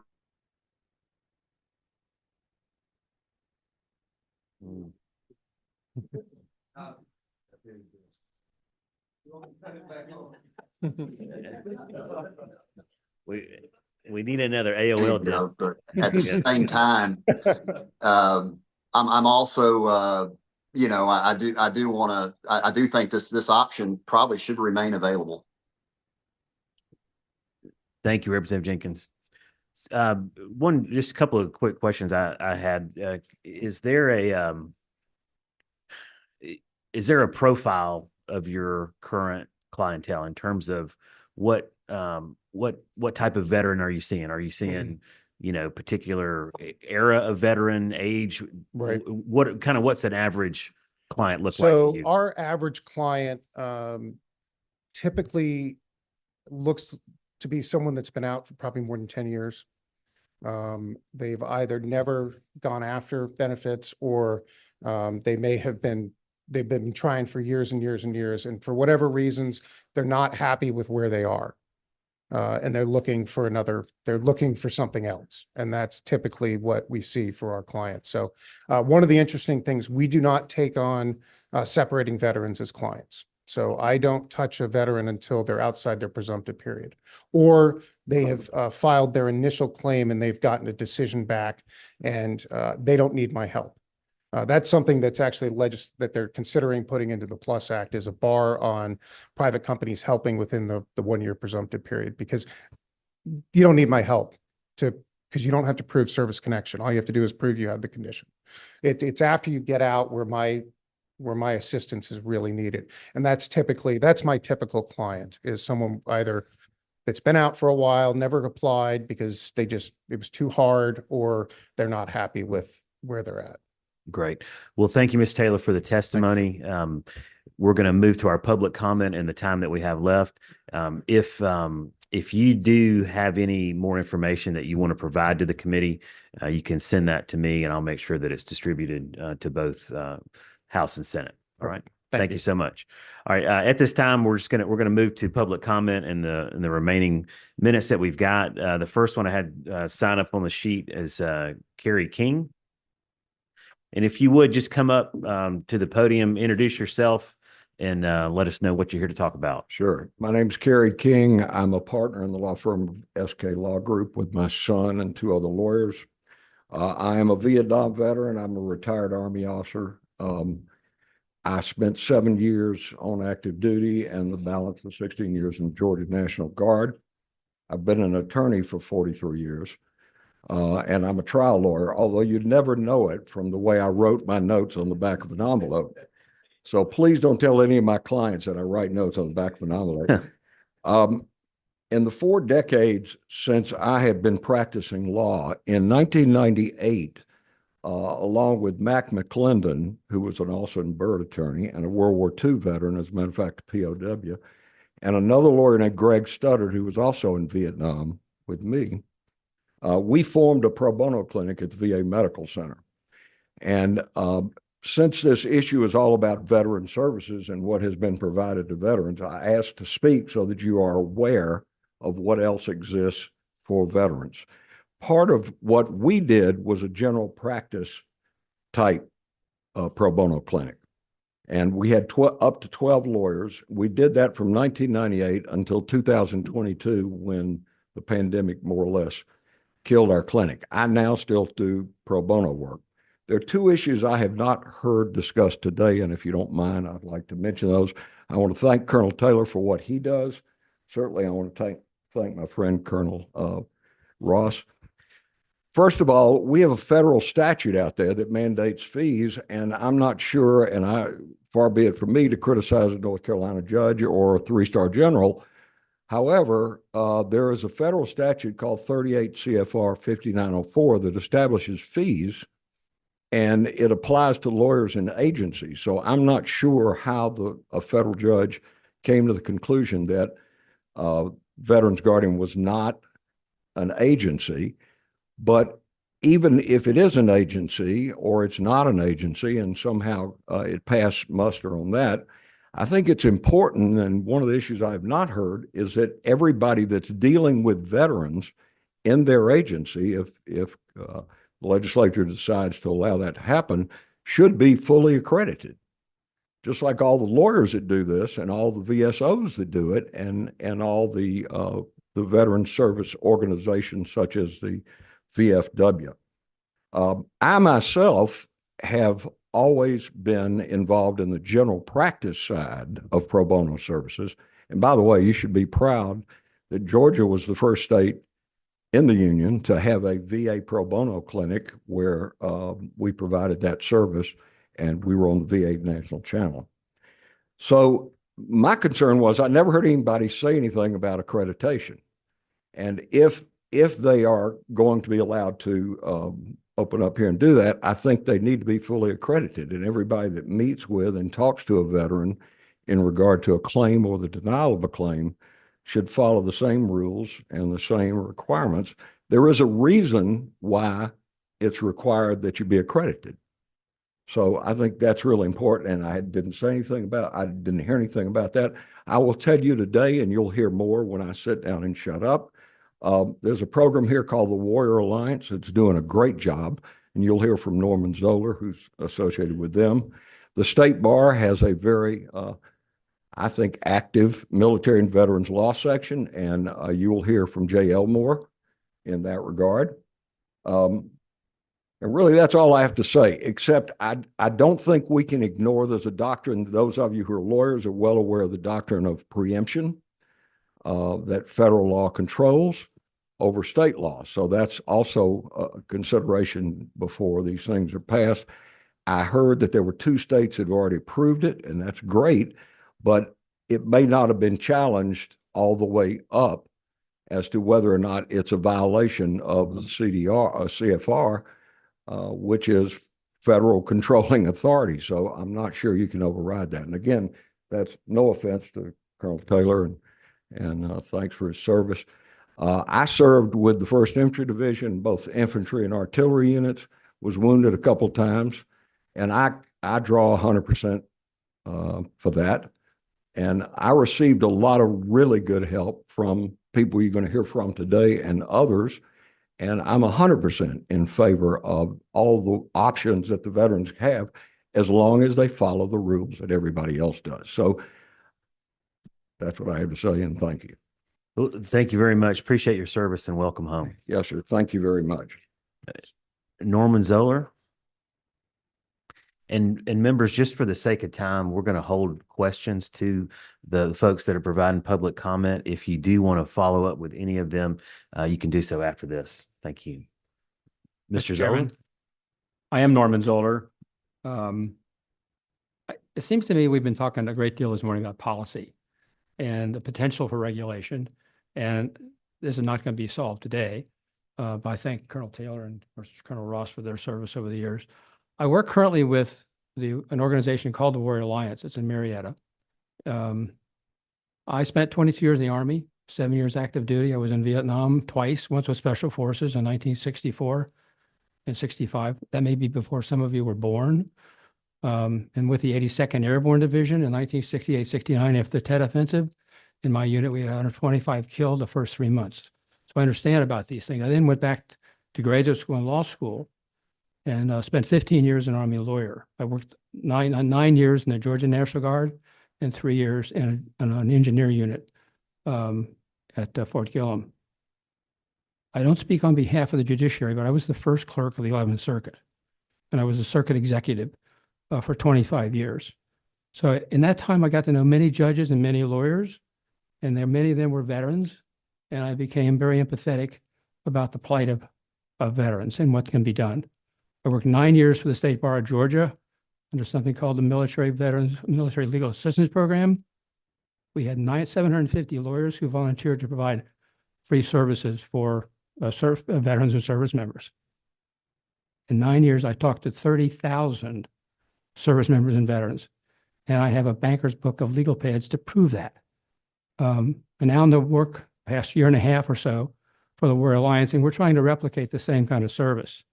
The Warrior Alliance is a nonprofit organization, provide help for veterans and service members and their families on employment, education, healthcare, housing, and increasingly so with veteran services. The idea of having someone collect a fee for services like this is a bit off-putting to me, because the services that I have provided for both the State Bar of Georgia and now with the Warrior Alliance are free. We have memoranda of understandings with some 40 organizations.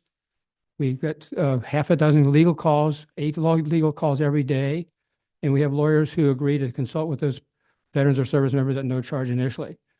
And then going forward, depending upon the complexity of the case, the matter is provided either on a pro bono basis or a reduced fee basis. Divorces are not free. We get many, many cases for VA benefits.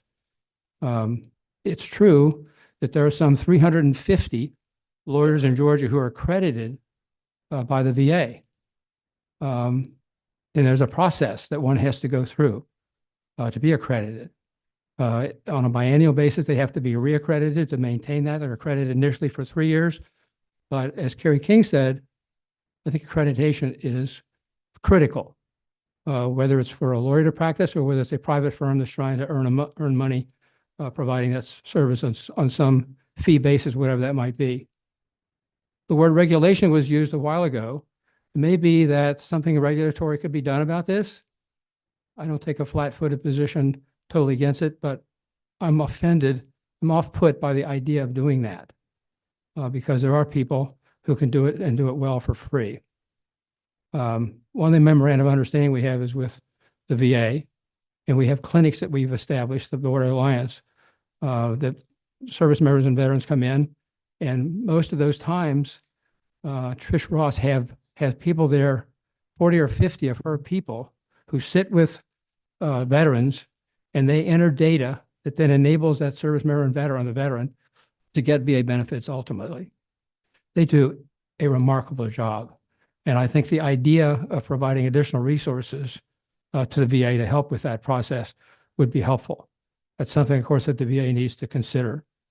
I appreciate the committee having a hearing like this today. I personally learned a lot about what's transpired. And I think there's an opportunity to have further communication about that, because at the bottom, of course, this is a significant policy matter that the State Bar of Georgia is going to need to resolve. I thank the committee. Thank you, Mrs. Early. Thank you for your service and welcome home. Mr. Early?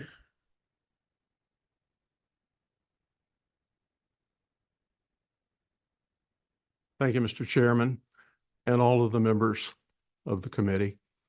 I got to see a lot of you about 7 years ago when we worked the Veterans Court Initiative, particularly with the assistance of Senator Harbison. I really appreciated that. State Bar trying to do good things for Georgia veterans. This is where we are today. Same kind of thing. In fact, on November the 15th, I will conduct the annual training session for attorneys to maintain their accreditation. Why is that important? Because we're letting people who are touching veterans demonstrate their training and their expertise to actually do so. They're not unregulated. Oh, no. I think we want to have that level of discipline in those that are assisting our veterans. Now, I want to back up for a second and take a macro view. And this is a lot about policy. Commissioner Ross does a great job. I have a lot of veterans come to me and I say, you don't need me. Go see the local veteran service officer. Typically, I get involved if there's an appeal, and then things get difficult. But on the macro level, and I know a little about the numbers, about 40% of the VA claims that go up are successful. Why? Because the VA does not limit claim submission. You will have a soldier, sailor, airman, Marine that says, I'm deserving of extra money. Happens. And I tore my fingernail in 1972 in Baumholder, Germany, and I'm going to make a claim. Well, ladies and gentlemen, there's no enforcement of that individual being free to make the claim. And those claims happen all the time. I run them off. But Americans have the freedom to make those submissions.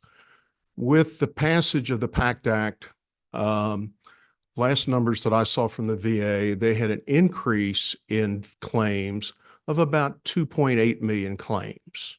Now, you think, oh my goodness, that's horrible. Context. VA is the nation's second largest federal agency, larger than anybody else out there except for DOD. Their budget has not decreased in the last 15 years. So part of the issue may be getting the federal government to do a little better job in their world in terms of efficiency. But what we try to do at our level is put the right people in place for the right benefits. And it's just like Social Security. Somebody can claim Social Security all day long, but are you truly entitled to it? A lot of people are just going to try the system, and that happens. And that's unfortunate. But we try and act as a filter, but we try to act under standards that are regulated by Title 38 of U.S. Code. Thank you so much for your time. Thank you, Mr. Early. Jay Elmore.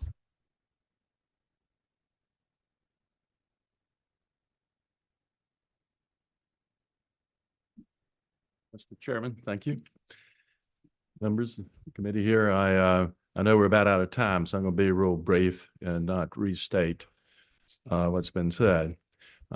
Just to introduce myself, I'm Jay Elmore with Bondurant, Mixon and Elmore in Atlanta, and also a Vietnam veteran. I've had 2 tours over the combat tours in the Navy. So there are some Navy guys that were over there in combat. And as a result, have gone through the VA process as a result of a lot of exposure to Agent Orange. So it means a lot to me. About 15 years ago, I was invited by General Whitcomb to go to the Middle East and got over to Kuwait and some other places, went out on the Eisenhower. This was kind of a fact-fighting group, and came back thinking about the people that were over there, what was happening, their families here, and the veterans that were getting out. What were we doing for them? So my partner was beginning to be the new president of the State Bar, and we started a program at the State Bar called Military Legal Assistance Program. I'm here on behalf of myself and not on behalf of the State Bar. What I say is for me and not the State Bar. But I will say that we have, as Norman said, when he was there as executive, just his period of 9 years, contacted over 30,000 veterans and actually wound up assisting several thousand. We're continuing that today, and we're developing relationships, including a relationship hopefully will be finalized shortly with the Warrior Alliance. And they're bringing, I think he said 30,000, several thousand veterans coming in the 1st of October, where I'm going to go to provide services for them. I think that any group that wants to help veterans, I think should be applauded, and I appreciate that, Colonel, for what you're doing. The question of what's the best way to do it. I think at this point in time, you got 2 issues. One is a preemption issue. And I think before you do too much of this, you're going to have your counsel tell you whether or not, it can work. I just got back in May from the 11th Circuit Judicial Conference. I'm one of the officers on that historical society, and there was a presentation about the issue of marijuana, like in Colorado they're legalizing, but the federal law says it's illegal. It's still illegal. And I don't know what you do here. What you do here, you're going to have to really take a look and see what the law is. The fact that we got 32 states looking at it and have not passed it gives you concern that maybe agency means something different than is being presented here. And I'm not here to tell you what it is. It's just something you're going to need to look at carefully to make sure that you're not doing something that is preempting the federal law. But let me say this, and I'll sit down because I know the time's out. I really appreciate this and the work that y'all are doing on this committee, and the work that you've done, Colonel, up in North Carolina on that. And I'd be glad to talk to any of y'all about the different work we're doing. We have, our Military Legal Assistance Program drafted the laws for the Veterans Court. We have talked with the Supreme Court to allow the lawyer wives of people in Fort Benning to be able to practice here in Georgia, and doing a whole bunch of other things. So some of this was done by the Supreme Court, some of it by y'all, and we really appreciate it. Thank you very much. Thank you, Mr. Elmore, and again, welcome home. Mr. Dobbins is our last presenter. Chairman Bonner, Chairman Payne, Commissioner Ross, Colonel Taylor, representatives. My name is Tony Dobbins. I represent the Veterans of Foreign Wars. I am the national legislative member selected for Georgia to represent the population here. I am a 21-year Army retiree, Sergeant Major, communications specialist, with my final duty at Fort McPherson, which kept me here in Georgia. my time for qualifying for VFW comes out of Korea Defense, where I spent 5 years in Korea. On the federal side, the VFW wholeheartedly supports the GUARD Act. It means that anyone that touches a veteran is accredited.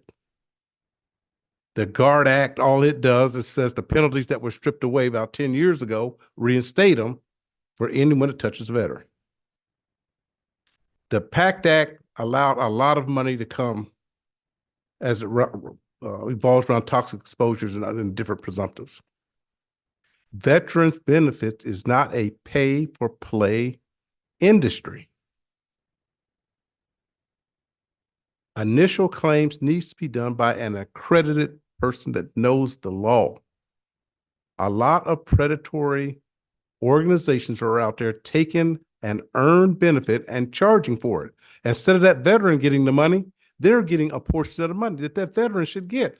That's what the accredited VSOs do. Here in Georgia, we lead that to the Department of Veteran Services. In other states where the VFW are, we have accredited department representatives through the VA that works in those various states. What I'm asking is that Georgia adopt a law that says that anyone that touches a veteran as it relates around their benefits on their initial claim, that they follow the federal law and be accredited. I was just in Washington, D.C. Earlier last week to speak to our federal representatives and our 2 senators. And there are 8 states that actually have passed a form of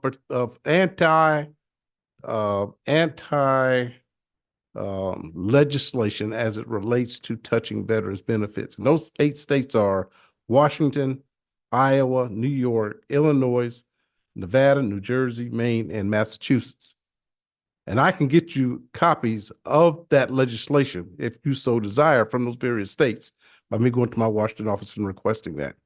So all I'm asking is that Georgia adopt a law under consumer protections to not allow anyone to touch a veteran on their initial claim and or family member who is not accredited through the VA to follow the law. Also, we are just follow the law. That's all. Thank you very much for your attention. Thank you, Sergeant Major. I appreciate that. Yeah, just Did you have something, sir? yes. My name is George Fields, retired colonel, 28 years of service, and I just want to leave you out with where the rubber meets the road at. During the course of this hearing, I reached out to one of my mentees, who is also a service member, got out disability, and pursued a claim, VA claim for disability. Didn't get the rating that she thought she should have gotten based on some of the feedback, and pursued a private entity. And literally, I just got this text message from her. And I asked her, so how much did that all cost you? How much did it all cost you? The entire total is $7,480. It would have been $9,710, but I told them they couldn't touch my special allowance. That's where the rubber meets the road. This is a young 30-year-old disabled veteran who was just trying to get her just desserts, went private, and now she's got a bill. So that's where the rubber meets the road. Thank you for your time. Thank you, Colonel. I appreciate that. Our time is out. Like I had mentioned, any members of the committee that want to follow up with anyone that is here today, you could do that. Any folks that either spoke in public comment or any of our presenters, anything you want to get to members of the committee, please send to me and we'll make sure that they get it. Our next hearing is going to be on 16 October down at Warner Robins at the Aviation Museum. Representative Ballard has done a great job in setting that up for us. So we would love to see as many folks down there as we can. There is lunch available for our members right after we adjourn. Is there any other business before the committees? All right, with that, hey, I just want to thank y'all for coming out. I think this is a real testament to show how much the House and Senate cares about our veterans in Georgia. And I really appreciate y'all being a part. This meeting stands adjourned.